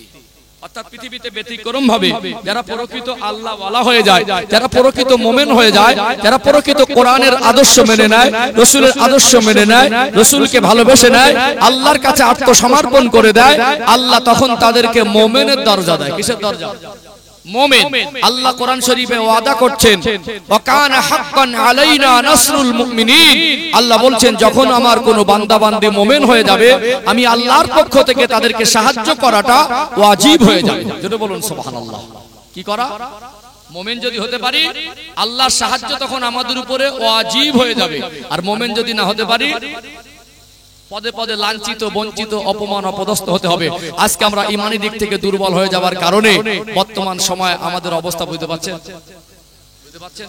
এই জন্য সম্মানিত ভাইরা, এখানে আপনাদের এটা দরগাতলা নাকি? দরগাতলা। একদিকে যেমন গ্রামের নাম দরগাতলা, অপরদিকে ঠিক তেমনি আমাদের হিন্দু মুসলমান সবাই মিলেমিশে আছি না? নেই? আছি না? সাম্প্রদায়িক সম্প্রীতির দিকটা খেয়াল রাখবেন। গোটা বাংলার পরিবেশ, বিশেষ করে পেহেলগামে যে মানে হামলা হলো, এই হামলাকে কেন্দ্র করে আজকে বর্তমান সময় হিন্দু মুসলমানের মধ্যে একটা ঘৃণা ছড়ানোর এই দালাল পাচাটা মিডিয়া তাদের কুচক্রান্ত চালিয়ে যাচ্ছে না? সবকিছু দেখছেন, বিস্তারিত নাই বা বললাম। যারা প্রকৃত মানুষ, যারা এই দেশের সুনাগরিক, জাতি ধর্ম বর্ণ নির্বিশেষে, আজও বলবো মানুষের ভিতরে মানবতা বেঁচে আছে, সবাইকে খারাপ চোখে দেখা যায় না। আজকে আর বাংলা রিপাবলিক বাংলার যে একজন সাংবাদিক ময়ূক রঞ্জন, সে এক অপদার্থ, তার কথায় এই দেশের নাগরিক হিসাবে অত্যন্ত ঘৃণা হয়। সে আজকে সেকুলার জিনিসটাকে বলছে, যারা সেকুলার মনে করে, এই সেকুলার জিনিসটাকে যারা চাইছেন তারা দেশ থেকে বেরিয়ে যাক। 1000-এর উপরে তার নামে বিভিন্ন থানায় এফআইআর হয়েছে না হয়নি? আজকে দেখছিলাম প্রাক্তন একজন সেনা কমান্ডো, সে মুসলমানের ঘরের সন্তান নয়, তারপরেও আজকে সেই মানুষটা কলকাতায় হাইকোর্টে তার নামে মামলা করেছে। আজকে নিউজ আপডেট। অর্থাৎ আমি বলবো, এখানে এই বর্তমান সময় একদিকে যেমন ওয়াকফ সংশোধনী আইন কালা কানুন এনেছে, অপরদিকে তার মাঝে গোটা দেশ উত্তাল হয়েছিল, আন্দোলন চলছিল। এই আন্দোলনে হিন্দু মুসলমান জৈন খ্রিস্টান আমরা সবাই কাঁধে কাঁধ মিলিয়ে এই সংবিধান বাঁচানোর লড়াইয়ে, দেশ বাঁচানোর লড়াই যেমন সবাই কাঁধে কাঁধ মিলিয়ে আমরা আমরা ময়দানে নেমেছিলাম, তার মধ্যে একটা দুঃখের ছায়া আমাদের কাছে নেমে এসেছে। আমাদের দেশের নাগরিক সে যেই হোক, সে আমার দেশের নাগরিক, দেশকে ভালোবাসি, আমাদের ধর্ম ইসলাম শিখিয়েছে দেশকে ভালোবাসা। অর্থাৎ আমার পার্শ্ববর্তী দেশ, সেই দেশে তারা কি করে না করে, সেই দেশ তারা কোন ধর্মাবলম্বী না অবলম্বী, কিন্তু আমি বলবো আমার দেশের উপর আঘাত আসলে আমার দেশকে ভালোবাসি, তখন আমার দেশের জন্য যদি কোনোদিন রক্ত দেওয়ার প্রয়োজন হয় সেদিন আমরা রক্ত দিতে দ্বিধাবোধ করব না। ইতিহাস বলে এই ভারতবর্ষ স্বাধীনতার ভূমিকায় যদি আপনি দেখতে চান ইতিহাসের পাতায়, এই দেশে যদি 90,000-এর বেশি দেশ স্বাধীন করতে গিয়ে মানুষ শহীদ হয়, এই ইন্ডিয়ান গেটের গায়ে যদি 90,000-এর বেশি শহীদের নাম লেখা থাকে, আমরা সংখ্যালঘু হলেও মুসলমানের নাম লেখা আছে 60,000-এর বেশি। আমার বাপ দাদা পূর্বপুরুষ দেশ স্বাধীন করতে গিয়ে রক্ত দিয়েছে বেশি। আজ দুঃখ লাগে যে এই দেশের কিছু পাঁচাটা দালাল মিডিয়া হিন্দু মুসলমানের লড়াই লাগিয়ে দিয়ে তাদের রাজনৈতিক ফায়দা লুটতে চায়। কিছু আজকে বর্তমান সময় অপদার্থ কেন্দ্র সরকার গোটা ভারতবর্ষের ভিতরে একটা উত্তপ্ত পরিবেশ তৈরি করে রেখেছে। জাতি হিংসা, মন্দির মসজিদের রাজনীতি, হিন্দু মুসলমানের রাজনীতি। আমি বলবো জাতি ধর্ম বর্ণ নির্বিশেষে আমরা প্রতিবেশী গ্রামবাসী হিসাবে কাঁধে কাঁধ মিলিয়ে যেভাবে চলছি সেইভাবে চলবো ইনশাআল্লাহ। কোন রকম চক্রান্তে পা দেবেন না। যেভাবে আমরা ভ্রাতৃত্ব ভালোবাসা রেখে চলি আমরা সেইভাবে আগামী দিন চলবো। অর্থাৎ মাঝে মাঝে ঝড় আসে আবার ঠান্ডা হয়ে যাবে। ক্ষমতা চিরস্থায়ী নয়, ক্ষমতা হলো ক্ষণস্থায়ী। কত রাজা বাদশাহ এসেছিল চলে গেল, যতই ক্ষমতাশীল মনে করো সময়ের অপেক্ষা দেখবেন চেয়ার থাকবে ওই জায়গায়, মানুষটা আর থাকবে না। তারপরে বলবো আমার আওয়াজ যারা শুনছেন হিন্দু মুসলমান কাঁধে কাঁধ মিলিয়ে আমরা চলবো। আমরা সাম্প্রদায়িক সম্প্রীতির দিকে আমরা সব সময় খেয়াল রাখবো ইনশাআল্লাহ। আমি এতটুকু আপনাদের বলতে চাই। সম্মানিত ভাইরা, যে আলোচনা করছিলাম আজকে বর্তমান সময় ভারতবর্ষের গোটা ভারতবর্ষের চিত্র দেখবেন সংখ্যালঘু বিভিন্ন জায়গায় নির্যাতিত। এর কারণে আমরা দেখতে পাচ্ছি আমার অনেক হিন্দু ভাইরা তারা সরব হয়েছে না হয়নি, হয়েছে না? আমরা যেখানেই থাকি প্রতিবেশীর সঙ্গে সুসম্পর্ক রাখবো ইনশাআল্লাহ। আজকে আমি দেখছিলাম নিউজে বিভিন্ন খবরে এই বাঙালিদেরকে হেনস্থ করা হচ্ছে। আজকে যদি কোনো অনুপ্রবেশকারী পাকিস্তানি বা বাংলাদেশি হয় অবশ্যই আমরা তার বিরুদ্ধে আমার দেশের অনুপ্রবেশকারীকে আমার দেশের সরকার তাদেরকে ধরে অবশ্যই সাজার ব্যবস্থা করুক। কিন্তু যারা এই বাঙালি বিভিন্ন রাজ্যে কাজকর্ম সূত্রে গিয়েছে, গুজরাটে অনেক বাঙালিদেরকে ধরে হেনস্থা করা হচ্ছে, অন্য অন্য রাজ্যে অনেক বাঙালিদেরকে ধরে সেখানে হেনস্থা করা হচ্ছে। বিভিন্ন খবর সংবাদ মাধ্যম আমরা দেখতে পাচ্ছি। অর্থাৎ এখানে বলবো জাতি ধর্ম বর্ণ নির্বিশেষে আমরা বাঙালি হিসাবে, এই বাংলার মানুষ হিসাবে আমরা আমাদের ভাই হোক, আমরা আমাদের প্রতিবেশী হোক, সে যেই ধর্ম দেখবো না, মানুষ হিসেবে মানবতার জায়গা থেকে যেই মানুষ আজকে বিপদে থাকুক আমরা সবাই কাঁধে কাঁধ মিলিয়ে তাদের পাশে দাঁড়াবো ইনশাআল্লাহ। অন্যায়ের বিরুদ্ধে আমরা সরব হয়েছি এবং আগামীতেও হব। আল্লাহ আমাদের ভারতবর্ষের জমিনে শান্তি সম্প্রীতির সঙ্গে মিলেমিশে চলার তৌফিক দান করেন, বলেন আল্লাহুম্মা আমিন। সম্মানিত উপস্থিতি, যে কথা বলছিলাম আমি মূল আলোচনায় ফিরে আসি। তাহলে আজকে আমাদেরকে বর্তমান সময় দেখতে হয়, আমি ইমানের কথা বলছিলাম, মনে আছে তো? ইমানের কথা বলছিলাম। আমরা ইমানি দিক থেকে দুর্বল হয়ে পড়েছি। ইমানি শক্তি হলো শ্রেষ্ঠ শক্তি। মুমিন যদি হয়ে যায় তাহলে আল্লাহর সাহায্য আমাদের উপরে ওয়াজিব হয়ে যাবে। আল্লাহ বলছেন ওয়ালা তাহিনু ওয়ালা তাহজানু ওয়া আনতুমুল আলাউনা ইন কুনতুম মুমিনিন। বান্দা তোমরা যদি মুমিন হয়ে যেতে পারো, আমি আল্লাহ বলছি দুনিয়ার কোন শক্তি আর ব্যক্তি তোমাদের ক্ষতি করতে পারবে না। আমরা আল্লাহর সঙ্গে সম্পর্ক দুর্বল করে ফেলেছি। আল্লাহর সঙ্গে সম্পর্কের গভীরতা যত বেশি, আল্লাহ সৃষ্টি জগতের মধ্যে আল্লাহ তাকে তত বেশি দামি বানিয়ে দেয়। দেখবেন আমার রাসূলের সঙ্গে সবথেকে আল্লাহর সম্পর্ক বেশি ছিল না কম ছিল? বেশি ছিল না? আল্লাহ ওয়ালাদের ভিতরে একটা ঈমানি শক্তি পাওয়া যায়। জানেন আল্লাহ ওয়ালা বলে আমরা জানি আল্লাহর ওলি, তারাই কিন্তু মুমিন বান্দা। আবার যিনি মুমিন বান্দা তাকে আল্লাহ ওয়ালা বলে সম্বোধন করা যেতে পারে, তারা আল্লাহর বন্ধু। হিন্দুস্তানের বাদশা খাজা মাইনুদ্দিন চিশতি আজমিরি সানজারি রহমাতুল্লাহ আলাইহি যখন ভারতবর্ষে এসেছিলেন, রাজস্থানের জমিনে বাদশা পৃথ্বীরাজ তার রাজ শক্তি দিয়ে, রাজ সৈন্য দিয়ে একজন ঈমানদারকে তাড়িয়ে দিতে পেরেছিল? তাড়িয়ে দিতে পারিনি। বরং তার একটা কারামত আমরা জানি যে আনা সাগরের পানিটা আল্লাহ একটা লোটার মধ্যে ভরে দিয়েছিলেন। কোথায়?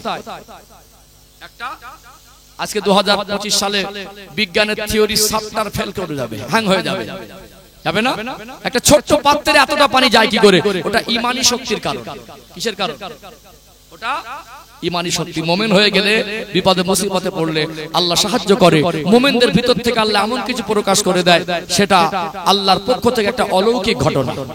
এই জন্য আমরা প্রকৃত মুসলমান হয়ে যাই। আল্লাহ সাহায্য সদা সর্বদা আমাদের সঙ্গে থাকবে ইনশাআল্লাহ। ও ভাইজানেরা, সোনার মানিক যুবকেরা, আব্বারা মায়েরা, আল্লাহ দয়াময় একজন নবী হযরত ইব্রাহিম আলাইহিস সালামকে খলিলুল্লাহ বলেছিলেন। ইব্রাহিম আলাইহিস সালামকে আমার আল্লাহ দোস্ত বা বন্ধু বলেছিলেন।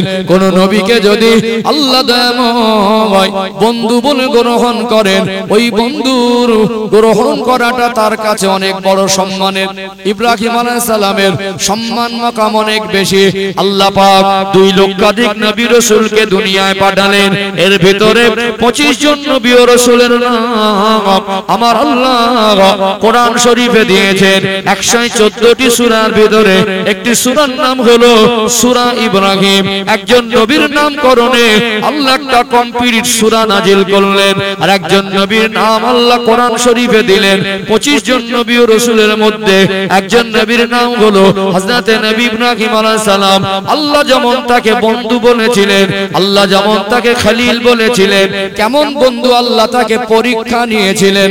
খুব গভীরভাবে বুঝবেন, আমরা ঈমানদার, আল্লাহ আমাদের পরীক্ষার জন্য পাঠিয়েছেন। অর্থাৎ এখানে এইটুকু আপনাদের বোঝাতে চাই, ঈমানদারকে ঈমানি পরীক্ষা দিতে হয়। কি দিতে হয়? ঈমানি পরীক্ষা দিতে হয়। এখানে ইব্রাহিম আলাইহিস সালামের জীবনের একটা ঈমানি পরীক্ষার বিশ্লেষণ করে ইনশাআল্লাহ, ঈমানি পরীক্ষার বিশ্লেষণ করে আমি আলোচনা সমাপ্তির দিকে আসব ইনশাআল্লাহ। আল্লাহর নবী হযরত ইব্রাহিম আলাইহিস সালামকে আল্লাহ অনেক বড় বড় পরীক্ষা নিয়েছিলেন। এর মধ্যে একটা পরীক্ষার কথা আপনাদের বলি। আল্লাহ পাক তাকে 86 বছর বয়সে সন্তান দিলেন। কত বছর বয়সে? 86 বছর বয়স।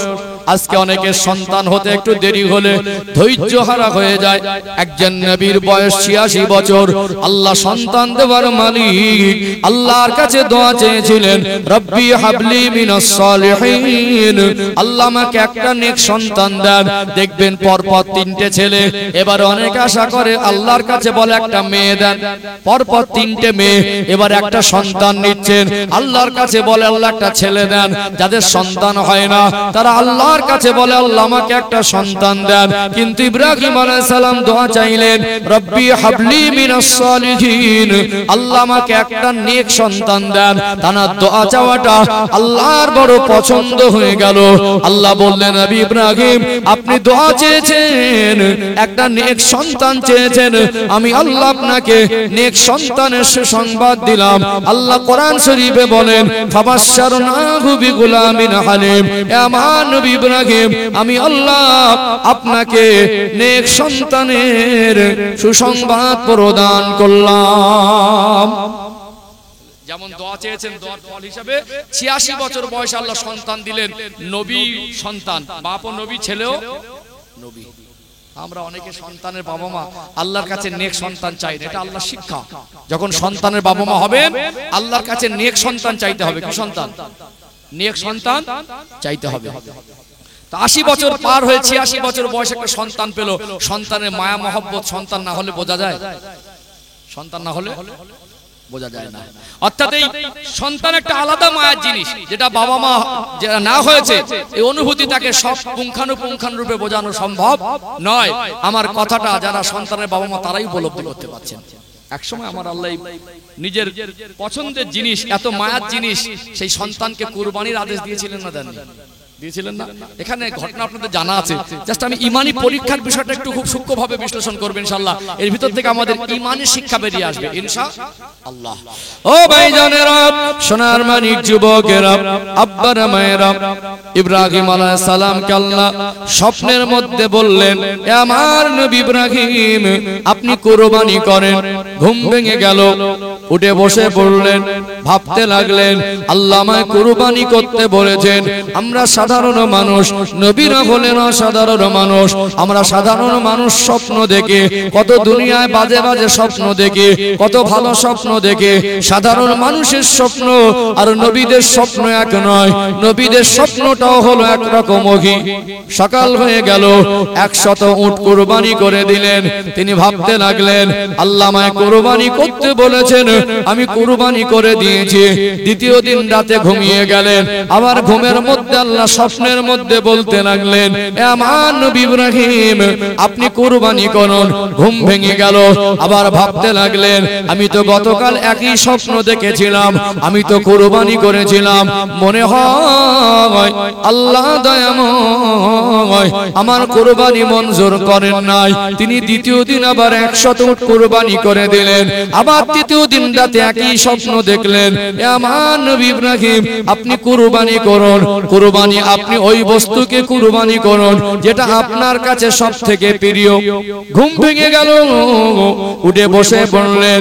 ভাবতে লাগলেন, আল্লাহ আজ থেকে 2 দিন আগে থেকে আমায় বোঝাতে চেয়েছেন, আমি একটু বুঝতে দেরি করে ফেলেছি। আমাকে আল্লাহ কুরবানি করতে বলেছেন, মনে ওটা উট কুরবানি নয়। আমার কাছে সবথেকে প্রিয় বস্তু যদি থাকে, আমার কাছে সবথেকে মায়ার জিনিস যদি থাকে, তিনি অন্য কেউ নয়, তিনি হলেন আমার কলিজার টুকরা ইসমাইল। আল্লাহর হুকুম একজন ঈমানদার হিসাবে তিনি কখনো অমান্য করতে পারেন না। নবীদের ঈমান আর আমাদের ঈমান একরকম